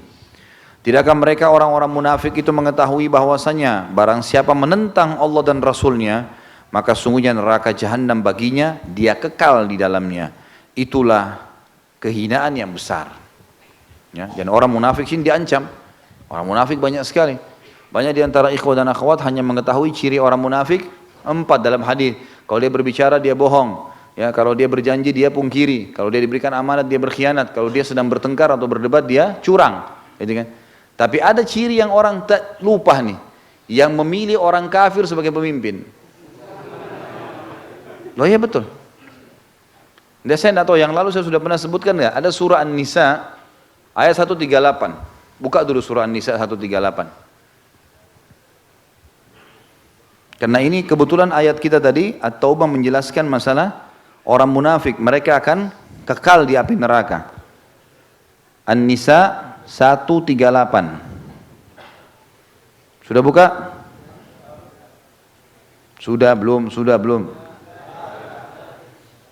Baik, perhatikan baik-baik ayat demi ayat, ya. A'udzu billahi minasyaitonir rajim. Basyiril munafiqina bi anna lahum 'adzaban alima. Sampaikan kepada orang-orang munafik bahwasanya mereka akan dapat siksa yang pedih. Siapa orang munafik yang Allah maksud di sini? Ayat 139, lihat. Alladzina yattakhiduna al-kafirina awliya'a min dunil mu'minin. Orang-orang yang mengambil orang-orang kafir menjadi pemimpin-pemimpin mereka. Bisa terjemahan, orang terjemahkan segala macam dengan teman setia lah dan segala macam. Pokoknya intinya dia, kalau teman setia aja nggak boleh apalagi pemimpin. Tapi yang jelas wali artinya tempat bersandar, penanggung jawab. Makanya wanita kalau mau nikah harus punya wali. Siapa wali? Hah? Teman atau ayah? Ayah sebagai apa? Penanggung jawab kan? Pemimpinnya itu. Orang-orang munafik di sini disebutkan, sampaikan berita kepada orang munafik kalau mereka akan kena siksa yang pedih.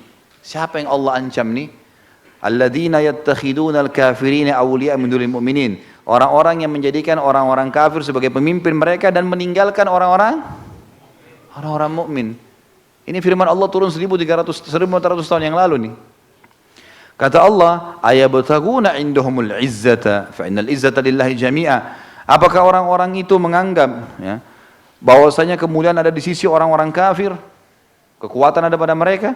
Ketahuilah, kekuatan dan kemuliaan ada di sisi Allah. Ayat 140-nya. Perhatikan ya, Allah menyebutkan kepada kita apa yang harus kita lakukan kalau ada orang-orang seperti ini. Waqad nazzala alaikum fil kitab, dan dia telah menurunkan dengan kejelasan, kekuatan, ya, penjelasan yang nyata kepada kalian dalam Alkitab Al-Quran, an idza sami'tum ayatillahi yukfaru biha wa yustahza'u biha. Kalau kalian mendengarkan ayat-ayat Allah diingkari dan diolok-olok, fala taq'udu ma'ahum, jangan kalian duduk bersama mereka. Tahu makna duduk? Orang kalau duduk bersebelahan, ngobrol, berteman, bisa bersentuhan, ya. Semua nggak boleh. Sebagian ulama tafsir bilang apa? Nggak boleh bertetangga, nggak boleh ngomong, nggak usah lihat. Tinggalkan semua itu, gitu kan. Hatta yakhudu fi haditsin ghairi, sampai mereka tinggalkan semua itu, mereka mengubah diri mereka baru. Kalau kalian tetap lakukan, innakum idzam mithluhum. Kalau kalian tetap lakukan itu, berteman-teman sama mereka ini, maka kalian sama saja dengan mereka. Lalu Allah bilang, saya ingin teman-teman baca terjemahnya dengan suara keras sebentar ya. Innallaha jami'ul munafiqina wal kafirina fi jahannam jami'a. Coba baca terjemahannya ini. Sesungguhnya Allah akan mengumpulkan semua orang-orang munafik di mana? Coba lihat.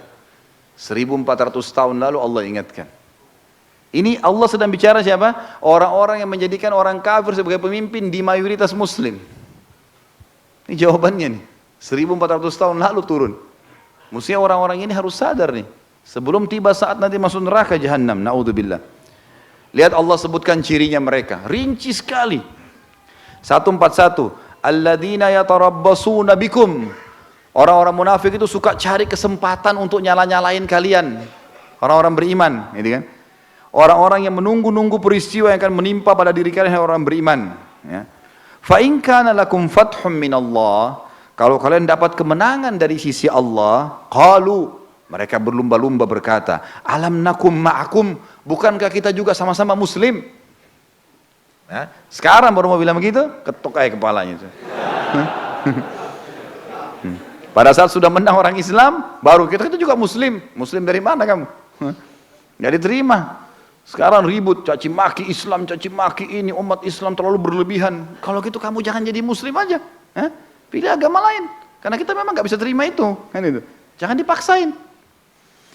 Lalu mereka mengatakan, wa in kana lil kafirina nasib. Kalau seandainya orang kafir yang dapat bagian, berhasil menang, qalu, mereka berkata pada orang kafir itu, alam nastahwidh alaikum, bukankah kami dulu apa?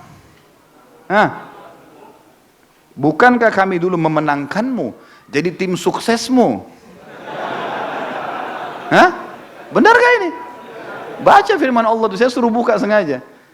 Allah bilang loh, alam nastahwidh alaikum, bukankah kami dulu memenangkan kalian? Wa namna'kum, dan kami menolong kalian, minal mu'minin, dari orang-orang beriman. Lihat ini rincian kalimatnya Allah luar biasa. Saya asyik betul kalau baca ini. Luar biasa. Allah kayak bicara sama kita sekarang loh ini. Apa kata Allah di sini?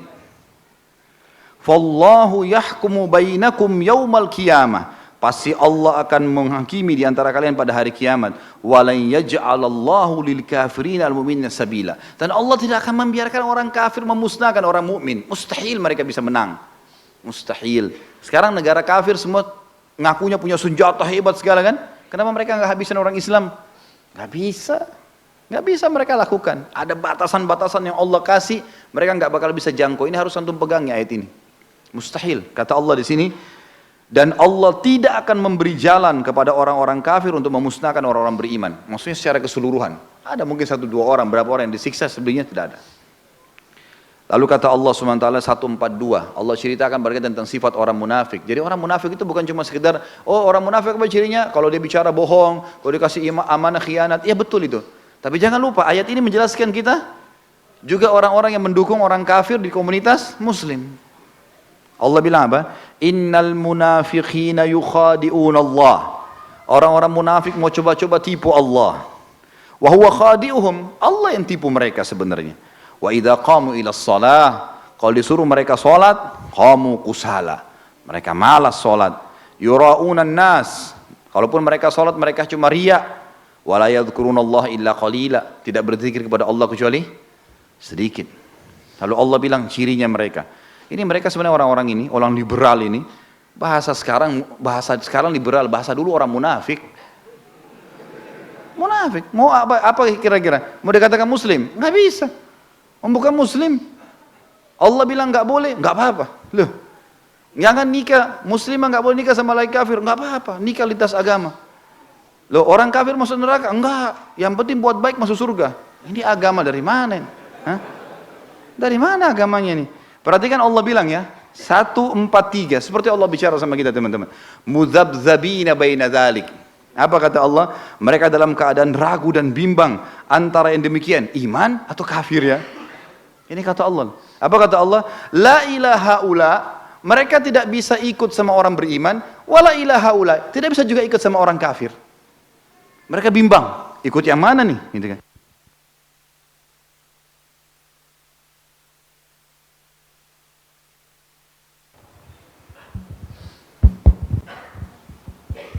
Wa may yudlilillahu falan tajid lahu sabila.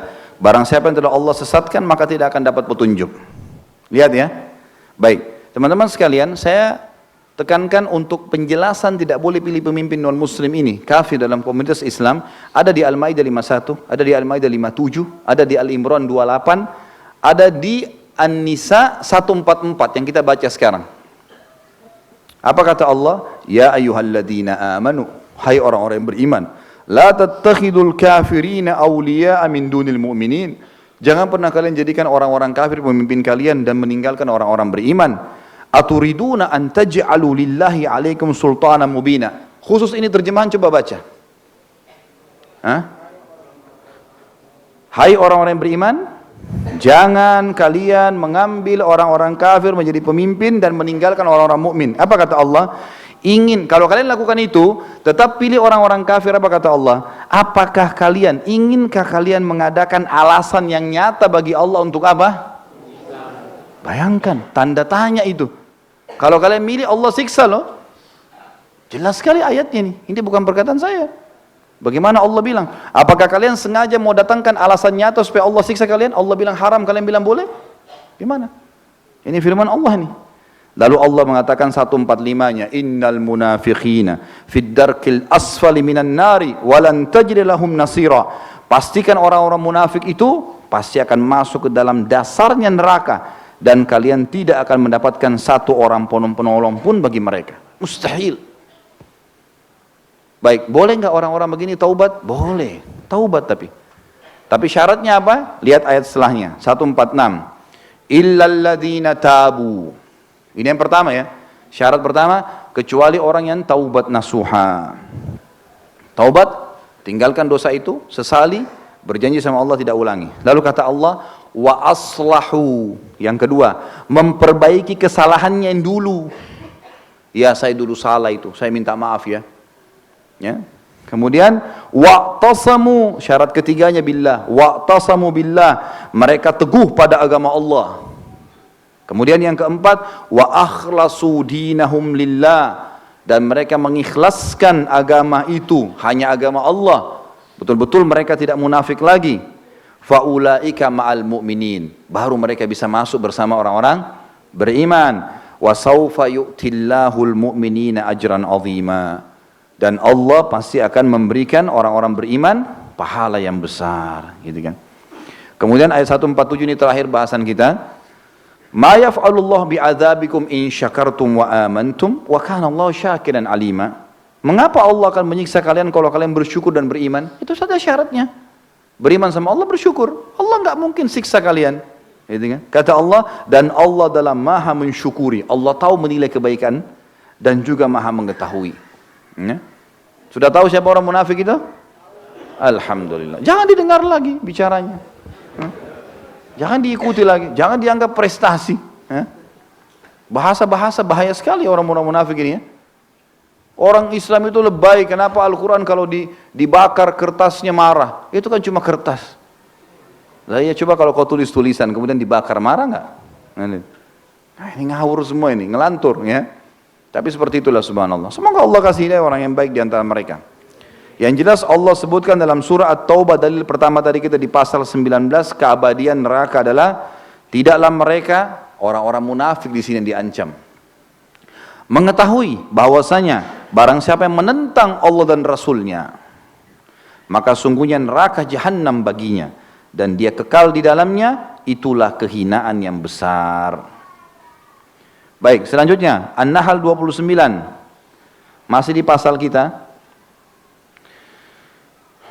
surah nomor 16 ayat 29.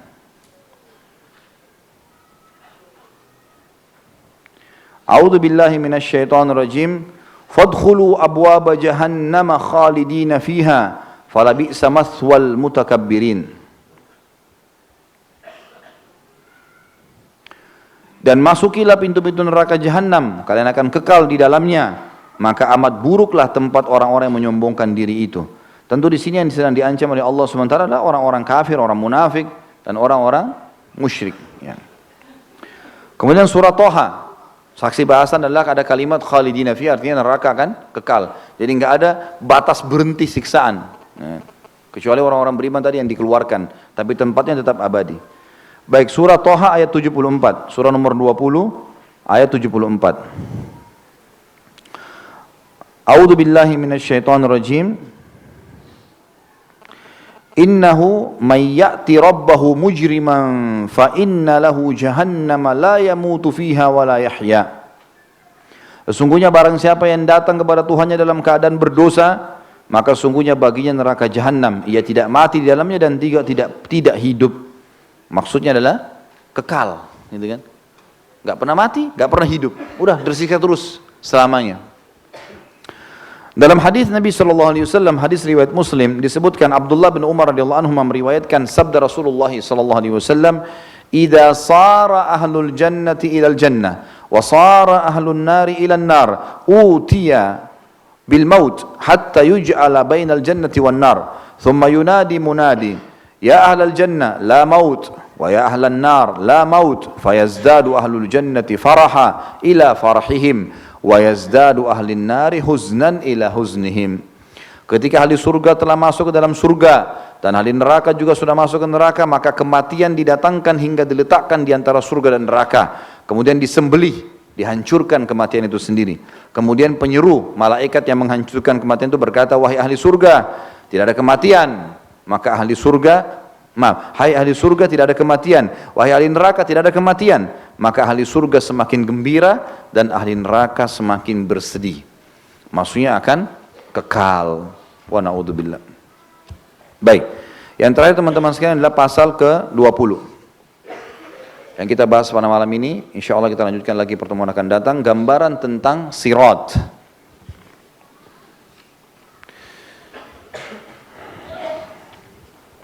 Diangkat dalam surah Yasin oleh penulis ayat 66. A'udzu billahi minasyaitonir rajim. Walau nasya'u latamasna 'ala a'yunihim fastabaqus sirata fa anna yubsirun. Dan jikalau kami menghendaki, pastilah kami hapuskan mata mereka, lalu mereka berlumba-lumba mencari jalan, maka betapakah mereka dapat melihatnya. Ada kalimat di sini fastabaqus sirat, lalu mereka berlumba-lumba mencari jalan. Maksudnya adalah mencari jalan di sirat nanti, lewatin neraka menuju ke surga. Karena penghuni surga pun akan melewatin sirat itu, gitu kan? Dibentangkan di atas neraka. Dalam firman yang lain Allah SWT berfirman, "A'udzubillahi minasyaitonirrajim, ma minkum illa wariduha." Enggak ada di antara kalian kecuali pasti melewatinya, ya, pasti akan melewatinya. Jadi kita juga akan melewati, tapi penghuni surga tidak akan terganggu dengan neraka, tapi menyaksikan. Kata sebagian ulama, hikmahnya agar pada saat mereka masuk surga, mereka betul-betul bersyukur kepada Allah, karena selamat dari situ. Mereka lihat di depannya, depan matanya orang teriak, orang jatuh, orang terbakar, tapi mereka tidak terganggu dengan itu tentunya. Di dalam hadis baginda Nabi SAW disebutkan, dan hadis ini diriwayatkan oleh Imam Muslim. Abu Hurairah radhiyallahu anhu meriwayatkan sabda Rasulullah SAW, Allah mengumpulkan manusia, lalu kaum mukminin berdiri hingga surga berada di dekat mereka. Maksudnya terlihat surga itu. Lalu mereka mendatangi Adam seraya mengatakan, "Wahai Bapak kami, bukakanlah surga untuk mereka, untuk kami semua." Adam menjawab, "Tidakkah yang mengeluarkan kalian dari surga melainkan karena dosa Bapak kalian Adam? Aku tidak berhak akan hal itu. Pergilah kepada anakku Ibrahim Khalilullah." Khalilullah artinya kekasih Allah, ya. Beliau melanjutkan, kata Nabi SAW, maka Ibrahim mengatakan, "Aku tidak berhak akan hal itu. Aku hanyalah Khalil, kekasih semasa di dunia. Pergilah kepada Musa yang diajak berbicara oleh Allah. secara langsung. Maka mereka pun mendatangi Musa alaihissalam, maka ia mengatakan, aku tidak berhak akan hal itu, pergilah kepada Isa, kalimat Allah dan ruh darinya. Isa alaihissalam pun mengatakan, aku tidak berhak akan hal itu. Akhirnya mereka mendatangi atau mereka datang kepada Muhammad sallallahu alaihi wasallam. Maka beliau diizinkan serta amanah dan kasih sayang didatangkan. Lalu keduanya berdiri pada dua sisi sirat, sebelah kanan dan sebelah kiri. Orang pertama dari kalian berjalan seperti kilat. Abu Hurairah mengatakan radhiyallahu anhu, aku mengatakan ayah dan ibuku sebagai tebusannya wahai Rasulullah. Ini biasanya sumpah ya, artinya Anda lebih mahal daripada ayah dan ibuku. Bagaimana seperti jalannya kilat? Beliau menjawab, apakah kalian tidak melihat kilat? Bagaimana ia datang dan pergi dengan sekejap mata? Kemudian seperti burung yang terbang. Artinya orang lewatin sirat ada yang seperti kilat. Ini yang paling cepat. Ada orang yang seperti burung yang terbang. Semoga insya Allah kita termasuk yang pertama ya. Dan ada laki-laki yang berjalan cepat. Amal-amal mereka lah yang menjalankan mereka. Sedangkan Nabi kalian berada di atas sirat. Nabi Muhammad SAW. Seraya mengucapkan, wahai Rabb, selamatkanlah, selamatkanlah. Hingga amal-amal hamba menjadi lemah. Hingga seseorang datang dan tidak kuasa berjalan kecuali dengan merangkak. Jadi amal-amal solehnya itu jadi pendorong nanti. Makin banyak amal solehnya makin kuat dia cepat sampai. Ada orang di tengah jalan amal solehnya sudah nggak mampu mendorongnya, maka dia pun akhirnya merangkak. Dari kedua sisi sirat terdapat besi-besi runcing yang tergantung serta diperintahkan supaya merengut siapa yang diperintahkan kepadanya. Ada yang terkoyak tapi selamat. Dan ada yang terjatuh dalam neraka. Demi zat yang jiwa Abu Hurairah berada di tangannya, sungguhnya dasar neraka Jahannam itu dalamnya 70 musim. Hadis ini menjelaskan kepada kita tentang adanya sirat yang akan dibentangkan di atas neraka. Dan sudah dijelaskan di hadis-hadis sebelumnya tadi kalau dia licin, ya, besar licin. Ada hadis saya menjelaskan juga gelap, ya, gelap sirat itu. Hadis yang terakhir teman-teman sekalian adalah hadis diriwayatkan oleh Tabarani dengan sanad hasan sebagaimana dinyatakan oleh Mundhir dalam kitab At-Targhib, dan dia mauquf tapi dalam hukum marfu, sanadnya tersambung sampai kepada Nabi SAW. Hadis ini memiliki banyak pendukung dalam Sahih Bukhari, Sahih Muslim dan juga lainnya. Ibnu Mas'ud radhiyallahu anhu meriwayatkan sirat dipasang di atas neraka Jahannam seperti ketajaman pedang keras, licin lagi menggelincirkan. Di atasnya terdapat besi-besi runcing dari neraka yang menyambar. Ada yang berpegangan lalu jatuh di dalamnya dan terpelanting. Di antara mereka ada yang berjalan seperti kilat dan tidak lama kemudian ia selamat. Kemudian seperti kuda berlari, kemudian seperti orang berlari, kemudian seperti pria berjalan. Kemudian yang terakhir dari mereka ialah orang yang telah diberi isyarat oleh neraka dan bertemu keburukan di dalamnya hingga Allah memasukkannya ke dalam surga dengan karunia rahmatnya. Maksudnya nanti ada orang yang masuk neraka, nanti kemudian baru dia masuk ke dalam surga. Tapi saksi bahasan ada sirat di sini. Allahu a'lam. Dan insyaallah kita lanjutkan pertemuan akan datang nanti dengan sifat-sifat ahli neraka. Ada pertanyaan?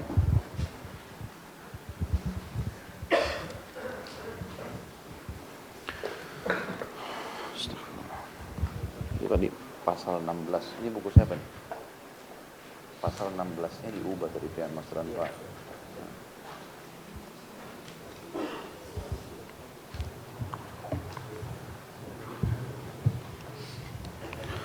Pertanyaan pertama di sini, waktu itu diceritakan bahwa penduduk neraka memohon untuk dikeluarkan dari neraka. Lalu bahasa apa yang mereka gunakan? Allahu a'lam. Kenapa tanya bahasanya? Tanya bagaimana selamat dari situ. Nggak usah tanya bahasanya, apa pentingnya? Mau bahasa Arab, mau bahasa Bugis, mau bahasa Jawa, nggak penting buat kita. Yang penting kita termasuk orang yang selamat, itu yang penting. Maksudnya kalau sebahasa sama antum bisa antum selamat gitu? Nggak ada ceritanya itu.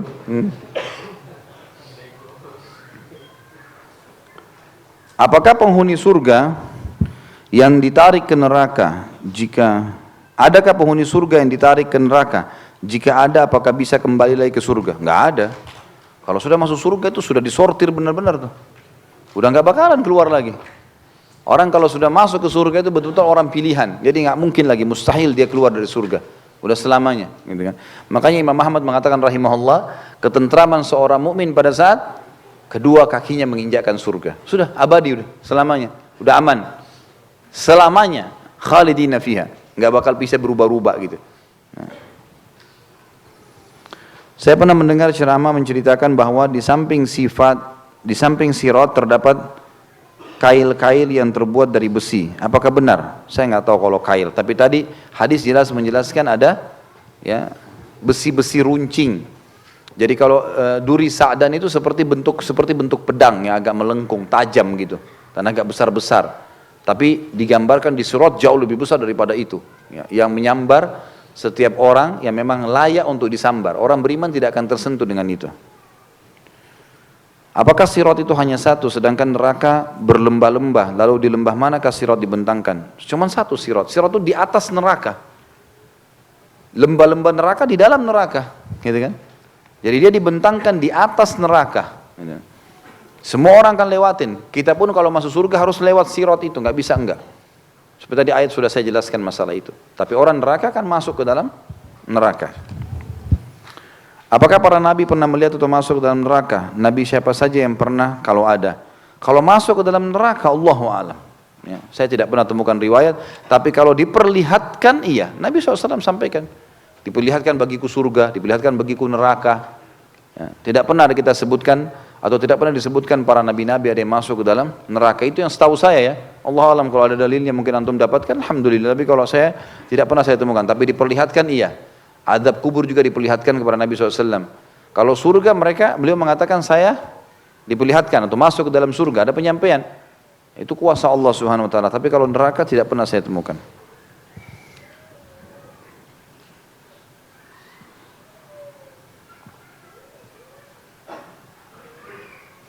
Ustaz, bila lagi taklim takut akan neraka, tapi bila sedang sendirian susah kontrol jiwa dan nafsu.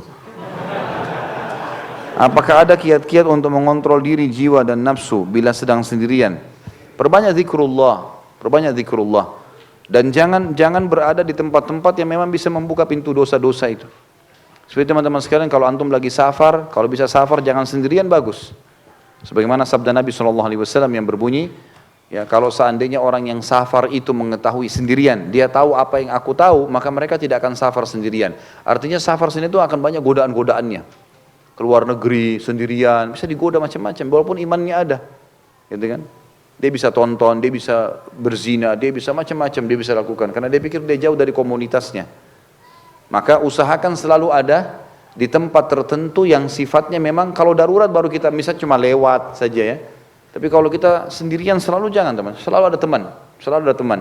Kalau lagi sendiri pun betul-betul kita lagi memang masih bujang, sendirian di rumah, memang di kos-kosan, zikrullah, dengarkan ceramah, dengarkan tilawah, supaya memang tertutup pintu-pintu syaitan itu. Itu yang saya sarankan gitu kan. Karena ini memang harus kita jaga teman-teman sekalian. Makanya saya bilang trik-trik istiqomah harus majelis ilmu, harus. Antum tidak bisa hadir dengarkan. Yang kedua, amalkan isinya.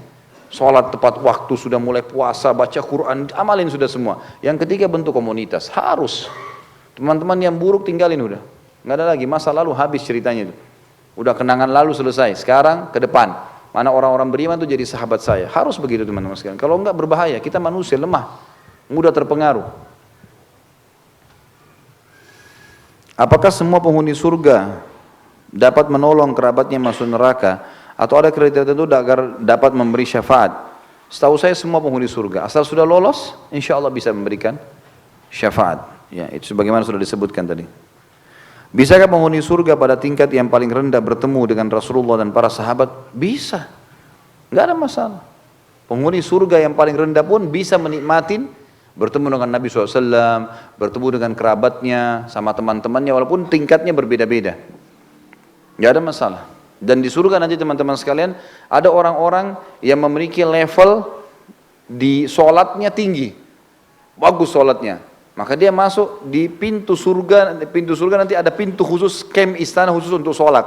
Nanti dia dapat tempat-tempat yang terbaik sana. Mungkin puasanya dia rendah, mungkin zakatnya dia beda, karena memang nanti ada pintu-pintu. Jadi ada kayak pintu-pintu gerbang khusus untuk setiap ibadah. Kata Nabi SAW, nanti kalian akan dipanggil dari pintu sholat, yang suka sholat, yang rajin sholat, dari puasa, dari zakat, dari haji, dipanggil semuanya. Jihad, kata Abu Bakar, ya Rasulullah, ada enggak orang yang dipanggil dari semua pintu itu? Artinya semua ibadahnya ada di situ, dia maksimal. Kata Nabi SAW, ada, dan saya berharap kau termasuk salah satunya. Jadi bisa, maka maksimalkan di semua ibadah teman-teman. Syaitan suka mencari di mana kita lemah. Kalau antum sholat sudah bagus, nanti puasanya yang diganggu, nanti zakatnya diganggu, nanti apa. Jadi kita harus komitmen untuk memperbaiki seluruh jenis ibadah kita. Ya, karena memang kita akan dipanggil begitu. Insya Allah derajat terendah pun surga itu akan bisa bertemu dengan Nabi SAW, bisa bertemu dengan kerabatnya. Nanti kita panjang lebar jelas di masalah surga insya Allah. Mungkin ini neraka tinggal dua, tiga kali pertemuan lagi kita akan masuk ke surga dan akan panjang lebar kita paparkan berhubungan dengan masalah surga itu. Sudah?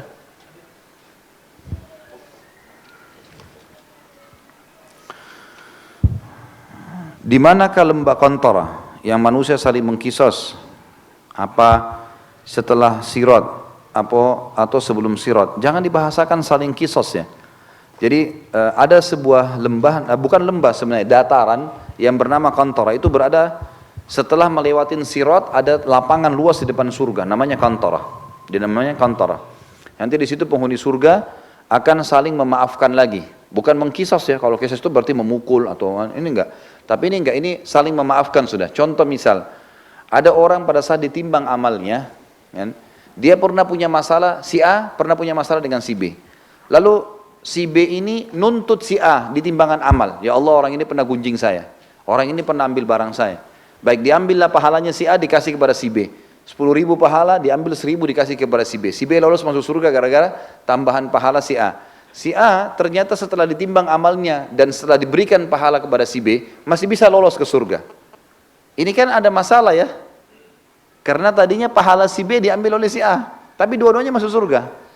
Nah ini nanti teman-teman akan saling dibersihkan hati mereka sebelum masuk surga. Dibersihkan. Suami istri yang pernah bertengkar, apa saja masalah-masalah, semuanya sudah lolos di atas timbangan, maka akan saling memaafkan di Qantara itu di depan surga. Itu di depan surga. Apakah nerakanya bangsa manusia dan jin bersatu? Seperti apa jika berbeda? Sama saja. Enggak ada bedanya. Sama saja. Itu yang disepakati oleh para ulama gitu kan. Tetapi memang kita tidak pernah dirincikan secara khusus tentang masalah.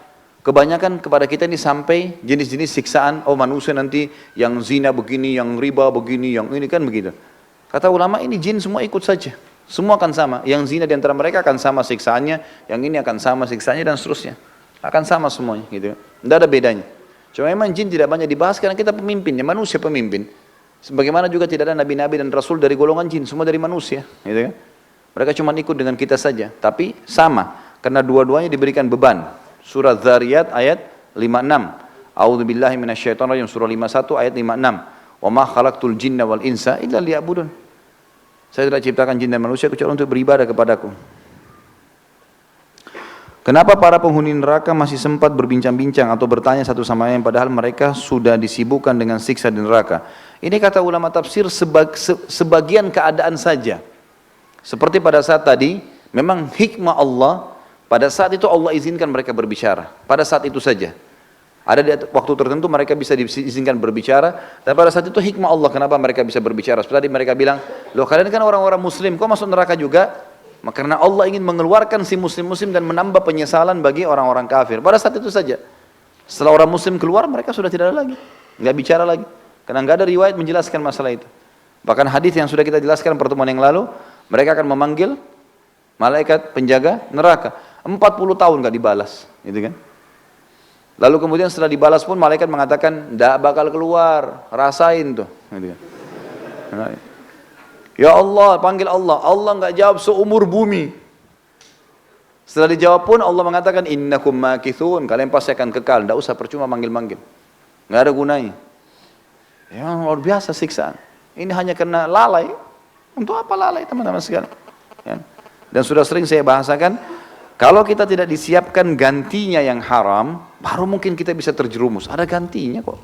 Ya, ada yang halal. Apakah penghuni surga bisa melihat penghuni neraka maupun sebaliknya? Iya, bisa. Di waktu-waktu tertentu, tidak setiap saat tentunya. Sebagaimana memang orang-orang ahli surga bisa melihat neraka.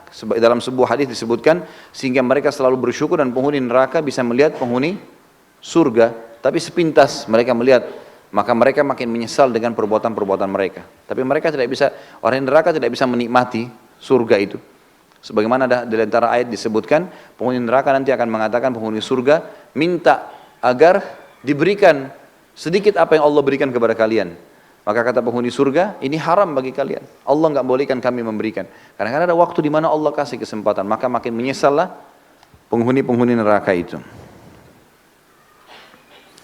Bukankah seorang ahli neraka akan terus-menerus disiksa? Apakah mereka ahli neraka tersebut akan sempat berbincang? Tadi sudah saya bilang ya.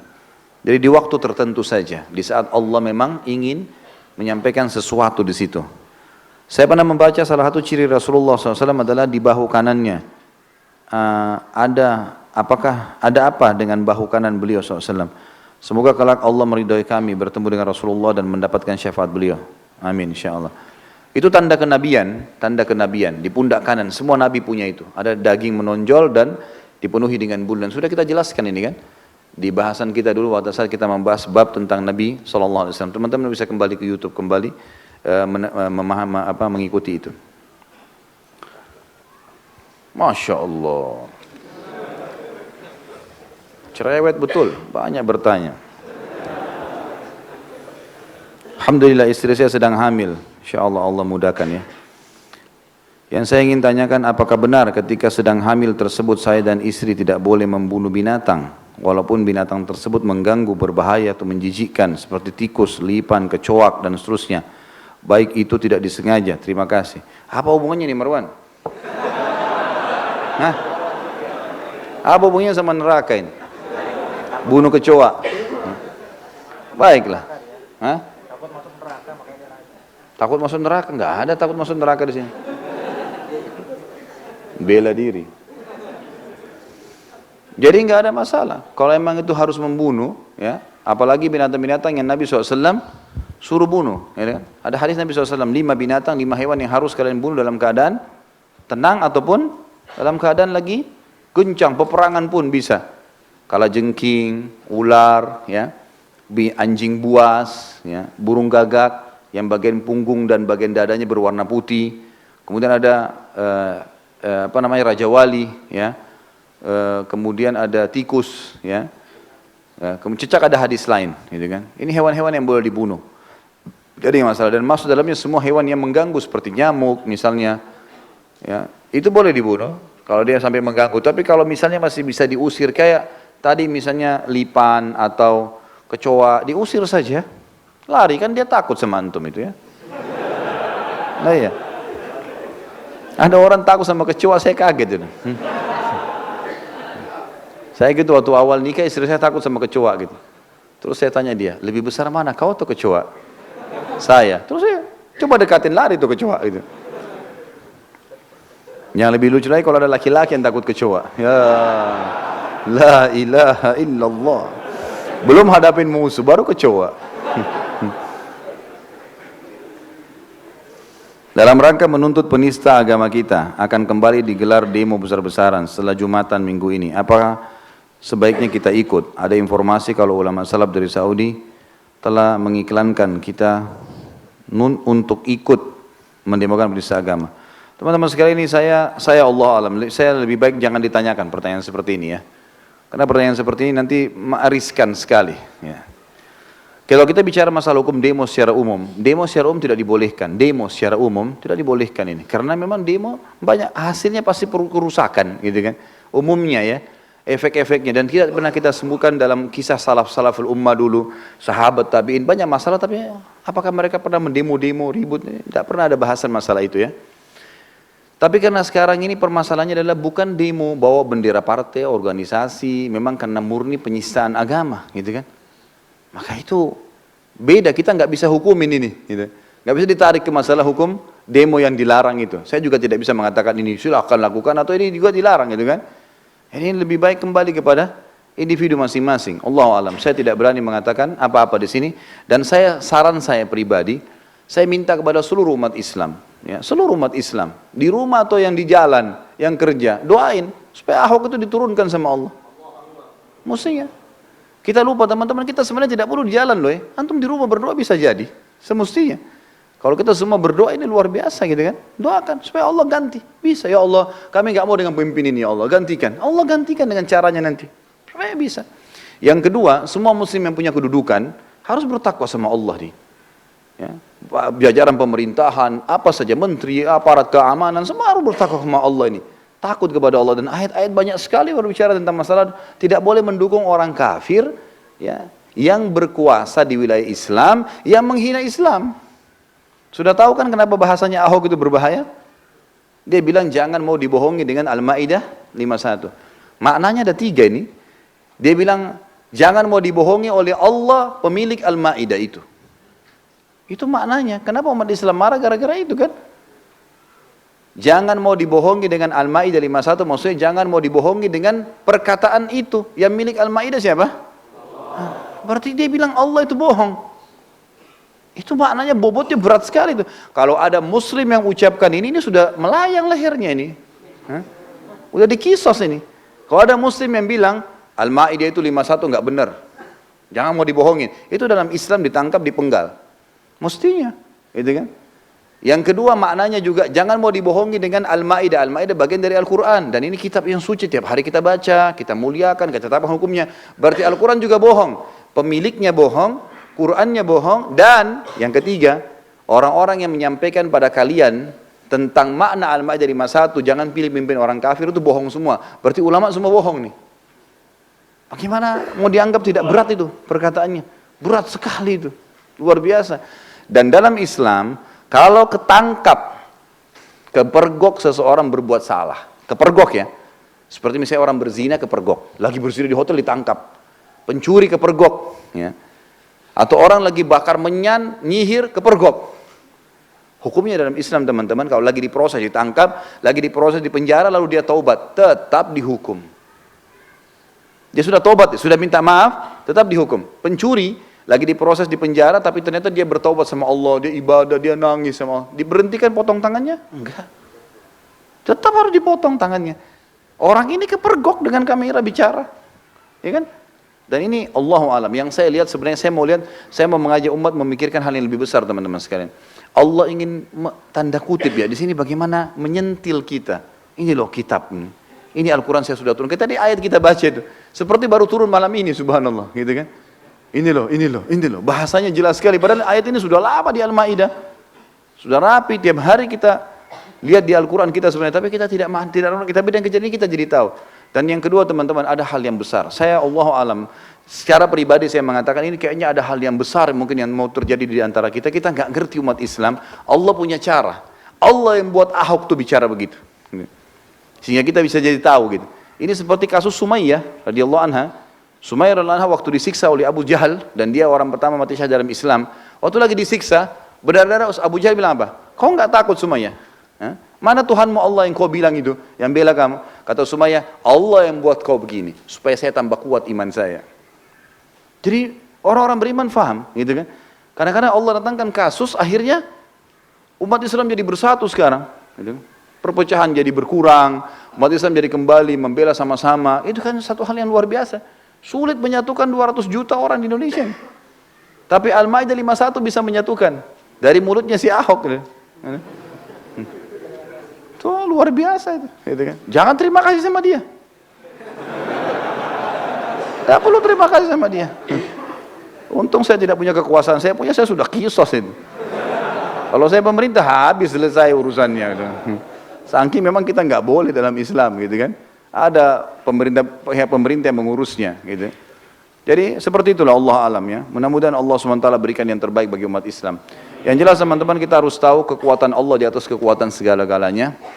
Dan semoga sekarang umat Islam bisa menyadari pentingnya untuk kembali bersatu, kembali kepada agamanya, kembali kepada kitabullah, Al-Quran. Dan tidak lagi memunculkan orang-orang munafik yang terus-menerus. Akhirnya sekarang Allah bongkar semua itu, keluar semua itu munafik-munafik tuh. Mulai pada ngomong deh, gitu. Pada ngomong tafsir, pada ngomong ini, pada ngomong itu yang tidak mengerti agama lalu bicara, gitu kan.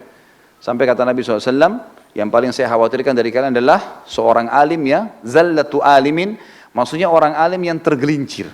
Gara-gara urusan dunia, oke aja deh, sudah haram nggak apa-apa.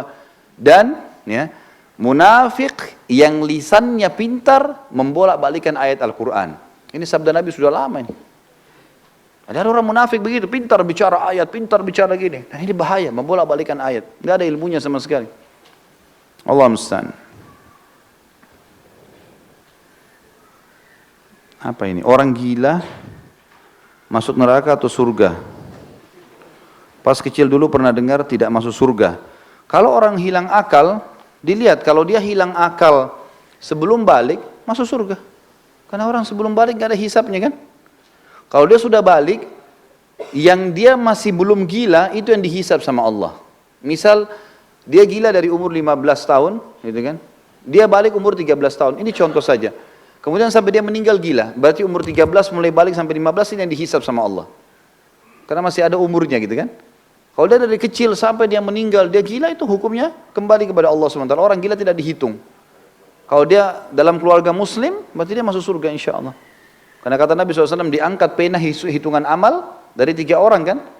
Orang gila sampai sadar. Jadi kalau dia tetap gila, maka dia insya Allah tidak dicatat. Tidak ada amal baik dan amal buruknya. Dan ini insya Allah cukup status muslimnya membawa dia masuk ke dalam surga.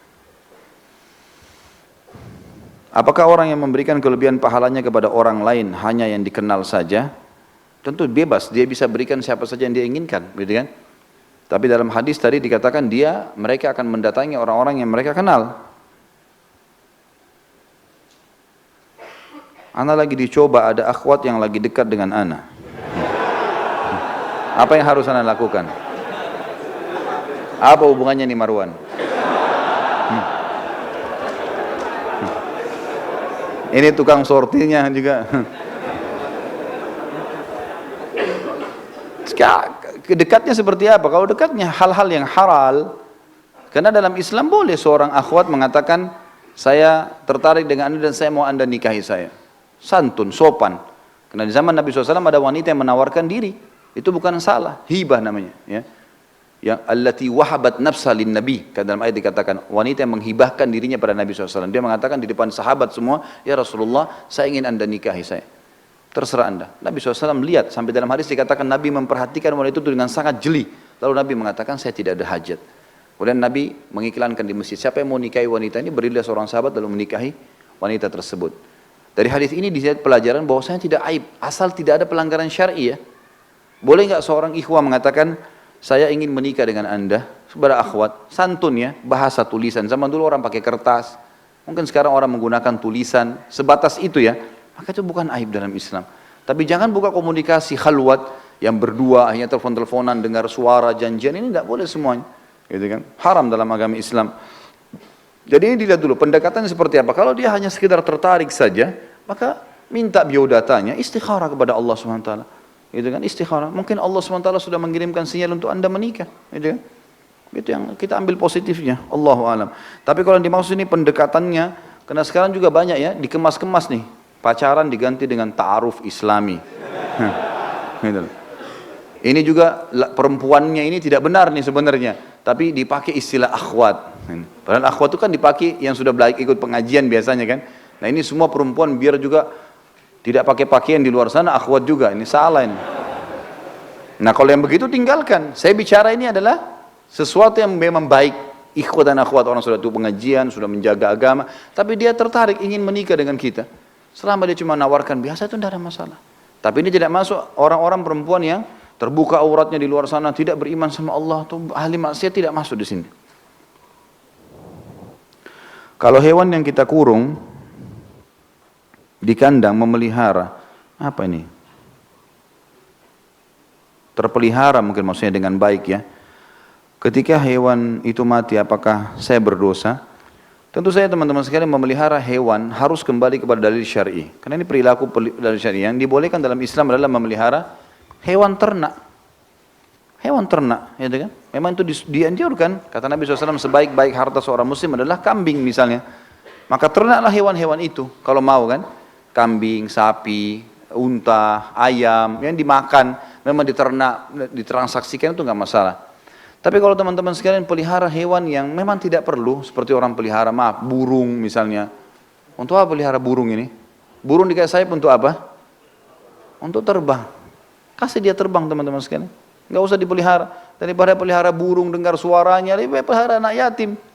Hah? Anak yatim banyak pahalanya. Hah? Banyak biayanya burung itu. Biaya ini, biaya itu. Saya mau dengar suaranya Ustaz, buka YouTube sekarang, semua suara burung ada. Nah, Saya mau burung ini, baik burung di YouTube nonton burung kakatua tinggal ketik keluar kakatua semua, burung keluar semua. Antum kan cuma mau lihat kan, mau dengar, lihat sebentar tidur habis itu selesai. Kenapa burung makhluknya Allah? Biarin di habitatnya sana. Contoh, untuk apa teman-teman sekalian? Hobi ini harus diubah, ubah kepada hal-hal yang positif. Gitu ya.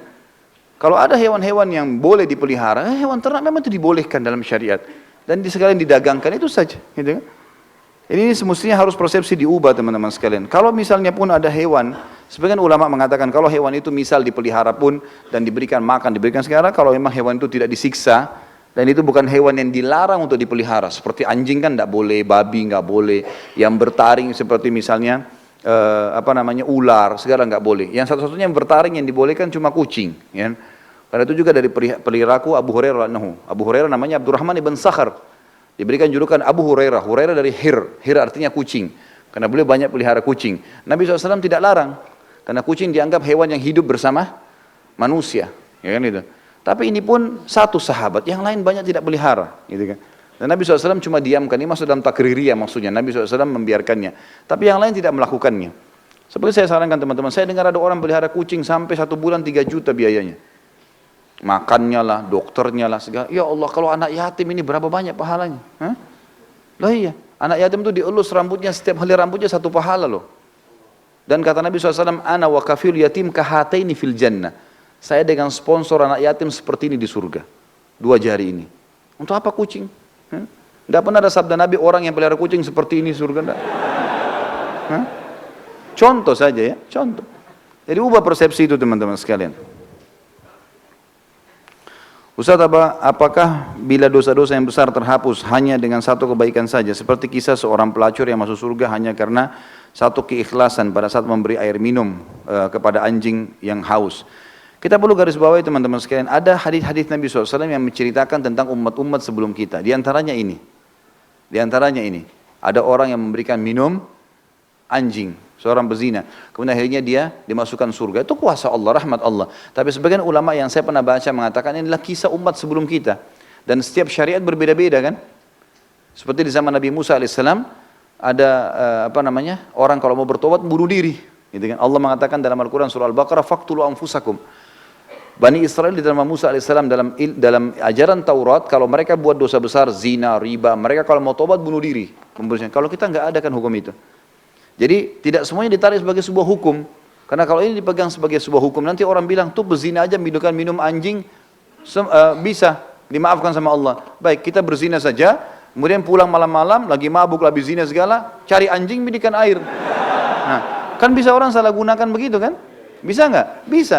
Jadi kita ambil hikmahnya saja. Oh, yang paling tepat pendapat para ulama mengatakan ini kisah umat-umat sebelum kita dan dalam syariat mereka. Karena ini bukan diceritakan umat kita, gitu kan? Berarti ini yang dibahas adalah rahmatnya Allah yang luas. Mudah-mudahan Allah maafkan. Tapi ini tidak bisa jadi tolak ukur teman-teman. Kayak tadi saya bilang, oh berarti kalau kita 1 kebaikan bisa menghapuskan semua dosa kita. Karena jelas sekali syarat dalam Islam, ya, kalau mau taubat nasuha dari dosa besar kayak zina adalah 3 syarat mutlak. Tinggalkan seketika, gitu kan? Kemudian sesali dan janji sama Allah tidak mengulanginya. Seperti itulah. Nah. Apakah hutang manusia di dunia menghambat untuknya ke surga? Kalau belum sempat terbayar, tentu ini akan dihisab di timbangan. Hutang-hutangnya akan dibayar nanti dengan pahalanya. Ya. Jadi seperti itu, wallahu alam. Masalah dia dihambat masuk surga, tentu saja dilihat nanti. Kalau setelah utang itu ternyata amal baiknya jadi berkurang, langsung neraka dulu. Makanya harus diselesaikan hutang-hutang itu teman-teman. Dan ingat, jangan buka pintu hutang. Teman-teman sekalian, kita sekarang ini dililit dengan utang secara sengaja, dibuat program hutang itu. Utang rumah, utang motor, utang mobil, utang HP, hutang semua. Dan ini tidak boleh teman-teman sekalian ya. Kita tidak boleh dalam Islam membuka utang kecuali ada uzurnya. Karena utang itu bagian daripada pelanggaran. Kalau punya kemampuan. Ada orang subhanallah mampu, kaya raya, tapi semua dicicil sama dia. Kenapa harus cicil ini teman-teman sekalian? Tidak boleh buka pintu utang nih, berbahaya sekali. Kata Nabi SAW, orang mati syahid pun diampuni semua dosanya kecuali utangnya. Dalam hadis ini dikatakan ruh seorang mukmin bergantung antara langit dan bumi selama utangnya masih belum dibayar. Berat utang itu teman-teman sekalian. Lalu apa kira-kira sebabnya utang? Saya pelajari, ternyata utang itu kebanyakan teman-teman sekalian disebabkan karena 2 hal. Orang ini malas kerja, atau yang kedua, mau melampaui kapasitasnya. Kalau belum saatnya antum punya rumah sendiri, sewa, kontrak, nggak apa-apa. Bukan aib itu teman-teman. Tapi kita paksakan diri, oh nggak apa-apa, saya kan bisa bayar tiap bulan. Baik, kalau antum meninggal, sebelum selesai, ini kan bahaya, masalah. Atau terlambat akhirnya kena bunga, riba, terbuka dosa-dosa. Jadi tidak halal semuanya, nanti bermasalah. Untuk apa kita paksakan diri teman-teman? Jangan paksakan diri. Melampaui kapasitas, ya itu nggak boleh sebenarnya. Jangan dipaksakan. Kita mampunya naik sepeda teman-teman, naik motor. Apa yang kita mampu berdoa sama Allah lalu berusaha ikhtiar. Jangan lampaui kapasitas. Nabung, sudah punya cash, beli cash, aman. Gitu kan? Ini sama sekalian saya ingatkan teman-teman yang sibuk dengan kartu kredit, berhentikan teman-teman sekalian, berhentikan. Antum bilang, oh ini 0%, baik 0% teman-teman sekalian. Setelah itu, kalau antum telat, ini malam jam 12 malam terakhir pembayaran, antum telat 1 menit, jam 12 lewat 1 menit, kena bunga nggak? Kena bunga. 50.000, iya saya mampu bayar. Baik, 1 dirham riba lebih berat daripada 36 kali berzina. Untuk apa? Tutup itu teman-teman sekalian. Karena itu membuka pintu utang. Membuka pintu hutang, dan hutang tidak boleh. Sampai kata Nabi SAW, matlul ghani zulmun. Imam Madzhabi masukkan dalam dosa besar. Orang yang menunda pembayaran utang dan dia mampu kezaliman, dosa besar. Untuk apa buka ini teman-teman sekalian?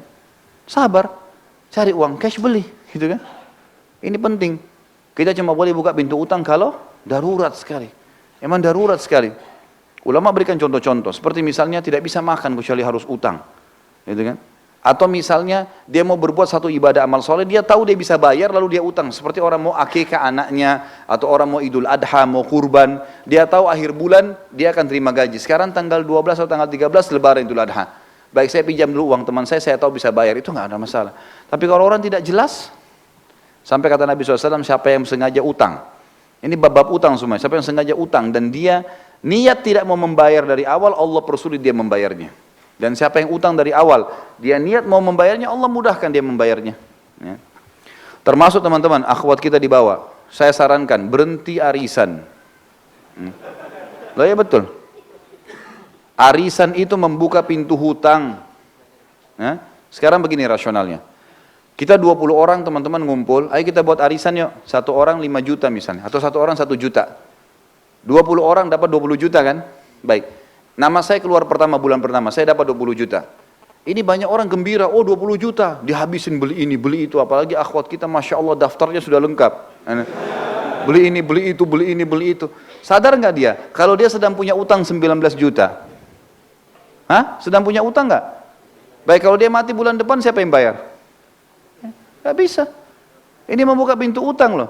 Mengkhayal beli barang, padahal uangnya orang dipakai. Utang ini. Dan orang yang paling terakhir dapat itu doror. Gak boleh dalam Islam itu doror. Dia selalu berharap supaya dapat, tapi gak dapat. Namanya gak jatuh, terakhir baru dapat dia. Jadi dia seperti membiayai orang lain semuanya dulu. Lah ya, ini gak boleh loh teman-teman sekalian. Ada orang tidak melihat hukum syarih itu bahaya. Kalau menurut saya Allah tinggalkan. Pernah istri saya ikut, saya nasihatin dia, hati-hati loh, berhenti, ini nggak boleh. Waktu dia sampaikan saya bilang ini nggak boleh. Ini bahaya, membuka pintu utang. Sekarang kalau kau meninggal dalam 2-3 bulan setelah itu, siapa yang bayar? Nah, pasti saya ahli warisnya kan? Ya kalau saya punya duit, kalau enggak, loh ya kalau kita pas suaminya punya uang misalnya, kalau nggak punya uang gimana? Kan jadi utang yang bergantung kan? Nggak bisa. Atau ada orang lari, zalim, dia pergi. Kan jadi masalah. Baik, kalau mau kumpul pengajian, nggak usah ada arisan. Ya nggak? Benar nggak ini? Hah? Tangkap nggak secara rasional ya? Jadi pelarangannya itu karena membuka pintu utang. Orang yang terima pertama itu utang 19 juta loh tadi. Uangnya orang kita pakai, bagaimana caranya kita bisa bawa duit orang baru kita pakai belanja kebutuhan kita. Coba pikirkan teman-teman, ini kenapa? Karena mau melampaui kapasitasnya. Udahlah, dunia sebentar. Kata Nabi SAW, perumpamaan saya sama dunia seperti musafir yang sedang mampir di bawah pohon. Hilangkan penatnya, pergi habis itu. Kata Syekh Utsaimin rahimahullah, kalimat yang mulia. Seseorang mukmin orang muslim harus menjadikan dunia ini seperti kamar mandi. Seperti WC-nya. Dia datang, selesaikan hajatnya, dia pergi. Dunia cuma begitu saja. Maksudnya, tidak usah terlalu berlebihan. Hajat diselesaikan, penting, kemudian sudah. Gitu. Seperti itulah. Ya jangan melampaui kapasitas kita. Ini Allah, ini saran saya ya, saran saya. Tapi kalau teman-teman ada di antara asatidzah, di antara duat yang memang memberikan solusi lain, alhamdulillah. Tapi saya pribadi, saya selalu mencari zona aman. Zona aman, ya kita mati kita aman. Kenapa yang kita masuk ke zona yang tidak aman? Kan gitu. Ini meja kita bagi dua, ini aman, ini tidak aman. Masuk ke aman teman-teman sekalian. Ibadah yang ada perintahnya, gitu kan. Jangan buka masalah dengan orang lain, jangan buka pintu utang, jangan gantung sesuatu, udah jelas semua. Kalau saya tanamkan dalam diri saya prinsip adalah semuanya harus jelas, udah. Halal halal, haram haram, halal tinggal nikmati, haram tinggalkan. Nikmatin yang mampu saja yang ada, sudah.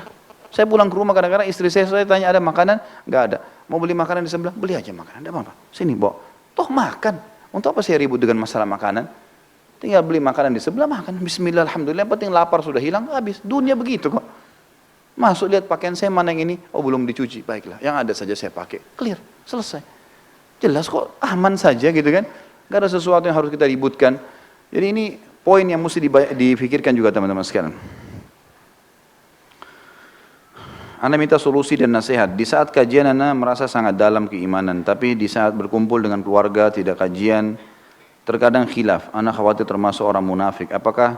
Apalagi di saat mencari rezeki dunia seakan-akan ambisi hati semangat. Anda khawatir seperti orang munafik. Tidak. Teman-teman sekalian sudah saya bilang tadi, untuk itu istiqamah dan usahakan punya komunitas. Teman-teman yang kita telepon, yang kita SMS selalu teman-teman yang baik-baik.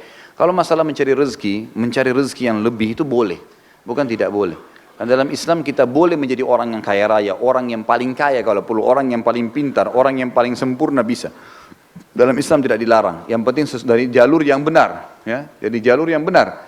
Karena untuk menghalalkan pendapatan harus sumbernya benar, modalnya, produknya halal, ya. Jadi sumbernya halal, produknya halal, sistemnya halal. Maka jadi halal semuanya. Ya, seperti itu Allah alam. Ya.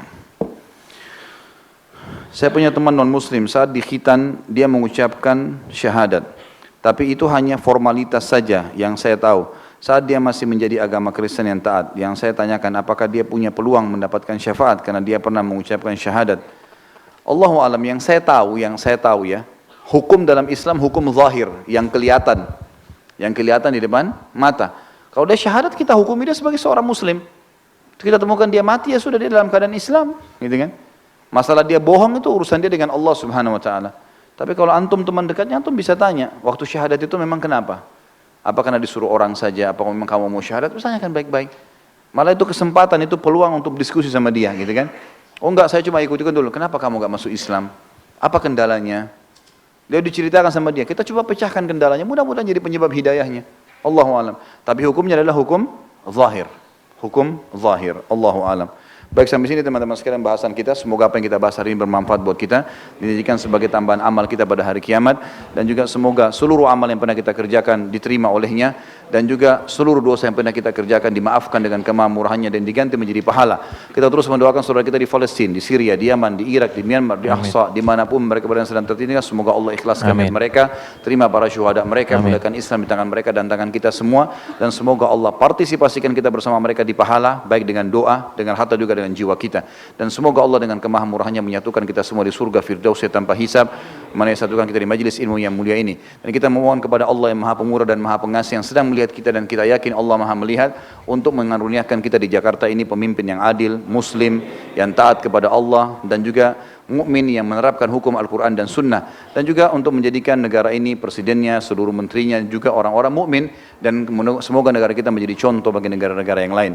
Mungkin begitu kalau benar dari Allah, kalau salah dari saya mohon dimaafkan. Subhanakallahumma wa bihamdika asyhadu an la ilaha illallah astaghfirullah wa atubu ilaik. Wassalamualaikum warahmatullahi wabarakatuh. Waalaikumsalam warahmatullahi wabarakatuh.